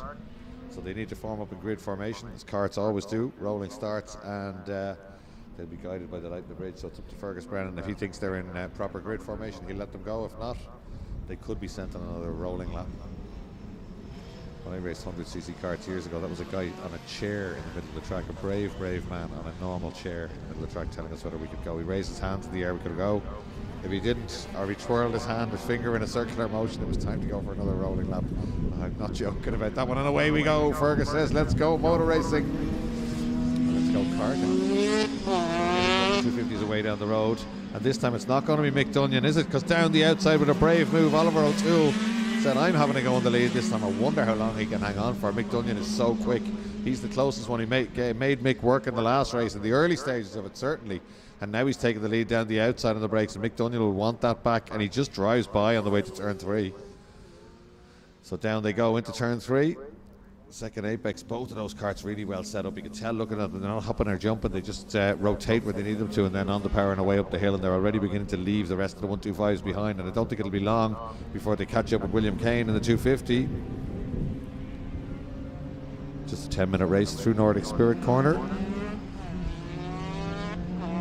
Way up the hill, onto the brakes into Southside Motor Factors Corner.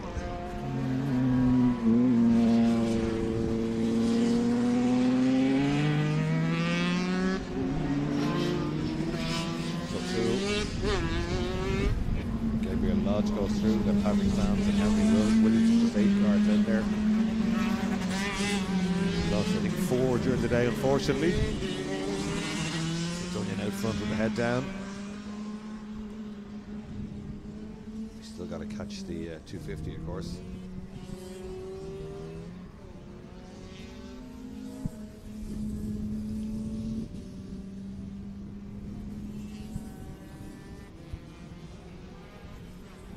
Down is the S's with both of them. Still a little bit of rain on the screen, but there's none on the windows here in the comedy box, so it's not actually raining at the moment, so the track should be dying out.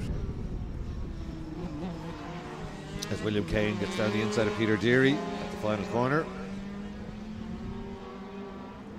Mick Dunyan coming at him in the 125.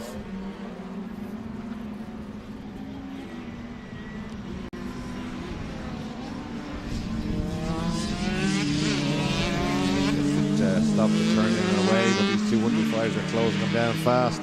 Fastest lap so far, Mick Dunyan 57.4, 2.5 seconds faster than the race leader, and the gap is 2.5 seconds. So he should catch him before the end of the lap here, I'd imagine. Once again, Oliver O'Toole has not let Mick Dunyan away. Very quick through the first bit of turn 3 and carries that through the second apex and up the hill. And here they are, 1, 2, 3 for the lead. If Mick Dunyan doesn't get this done quick or gets delayed at all, O'Toole is going to be on him. They come out of the S's, and he held up slightly there, gets it done on the brakes, but O'Toole's going to go with them and has a look at Dunyan as well down the inside. Oliver O'Toole as late as he can be on the brakes. This is good stuff from him, and he's tucked right in behind Dunyan now to get the toe on the main straight, and he has got a toe. He's looking to come out behind him. This is like classic ICCR karting days at Mondello. He has a look down the inside, but Dunyan's too late on the brakes. Back of the cart's dancing around now. I wonder, can he stay with him? Big Dunyan has got the hammer down here. Of that there's no doubt, but Oliver O'Toole trying to hang on to him. Here we come again on the way out of turn 3. Turn 2, Campion down to turn 3. Just extends it. He's very quick through the first apex there, Mick Dunyan. Doesn't quite get, neither of them getting quite to the apex there. Back up the hill now, up through the gears. And just a dab of the brakes and a flick left through this medium speed Bridgestone corner, and then completely flat. And as many gears as it'll take going through Nordic Spirit corner and up the hill towards the final corner, Southside Motor Factories, with 6 minutes to run.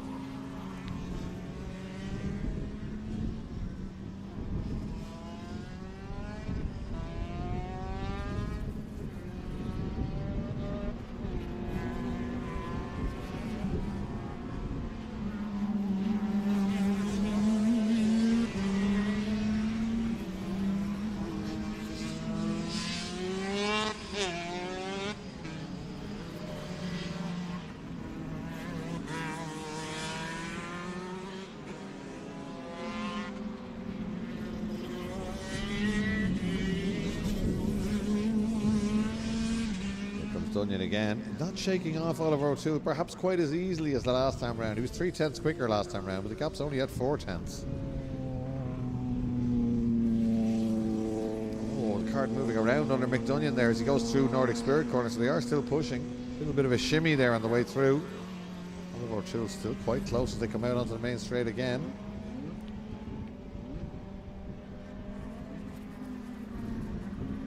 Let's have a look at the speeds. Nothing in it really, both at 140 when they go through. Dunyan from O'Toole, just 6/10 the gap. William Kane in third place and leading the 250s. He's out to a 104 that time round. They're both in the 57s, so I wonder, is he in trouble? Dunyan definitely extending the lead at this stage again, just beginning to drive away.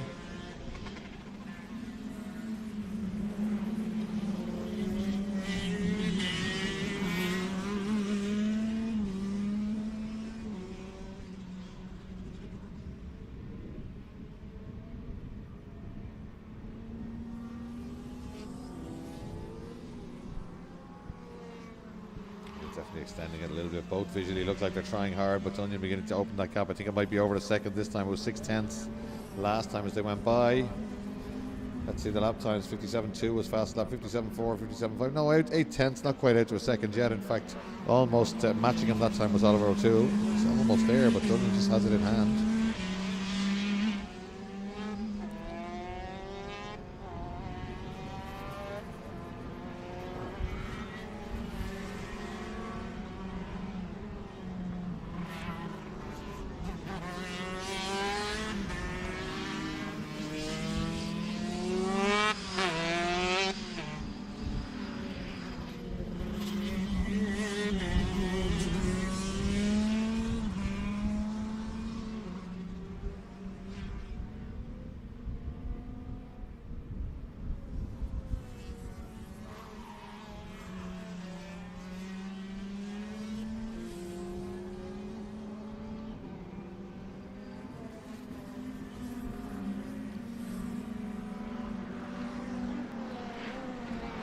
Down into turn 1, beginning to bump and bounce just a little bit, Mick Dunyan. 57.1 for fastest lap of the race, but again, just 2/10 off.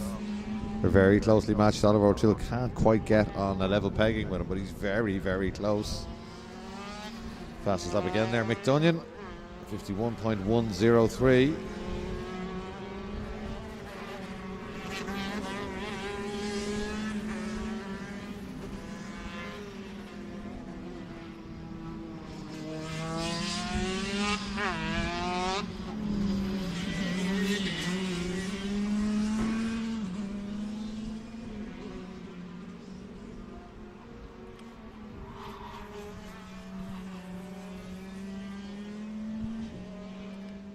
Down they come one more time. 2 minutes 10 to run.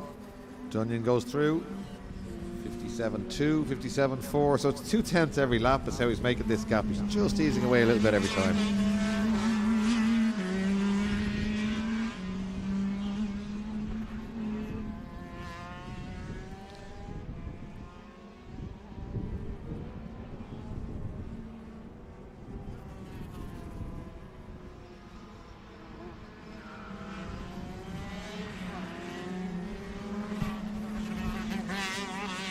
battle here actually as William Kane goes through.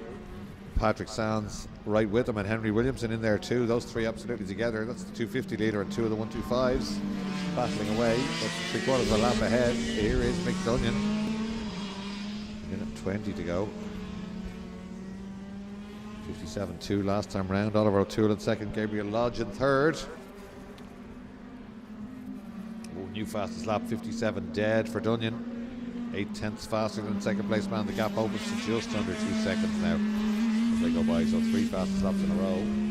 Oh, and Oliver O'Toole really trying drifting the cart around both through the right-handed Castro and the left-handed Campion there. You can see the cart just moving around. Looks fantastic, but cannot just quite catch Mick Dunyan, who has been in class of his own all day today. Looks like he's going to go for 3 wins in one day. Gets that cart rotated. It's set up so nicely. Not taken away from his driving, but it just pivots beautifully there at the apex coming up out of turn 3. And he's right on it too. Here they come again. The 125s tackling the 250. Well, it's actually, they both got by him now, so it's actually that's Sands, Williamson and William Kane. That's 4th, 5th and 6th. 18 seconds on the clock, so we will start another lap. Mick Dunyan, 57.2, so 2/10 off his fastest lap this time. Still drifting around and still trying to catch him as Oliver O'Toole, but the gap out to over 2 seconds. 2.2, as we said, pretty much rule of thumb, 2/10 every lap.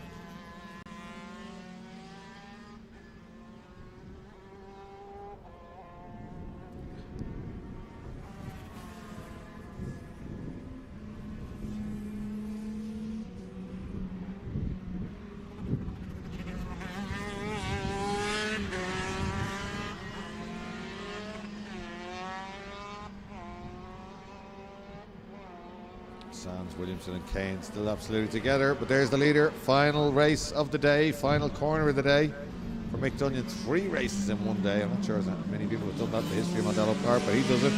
Mick Dunyan takes victory. Oliver O'Toole, brave effort to second place, hand in the air. He's happy enough with that one. He made him work hard. And new fastest lap at the end of the day dips into the 56s. 56.952 that time for Mick Dunyan.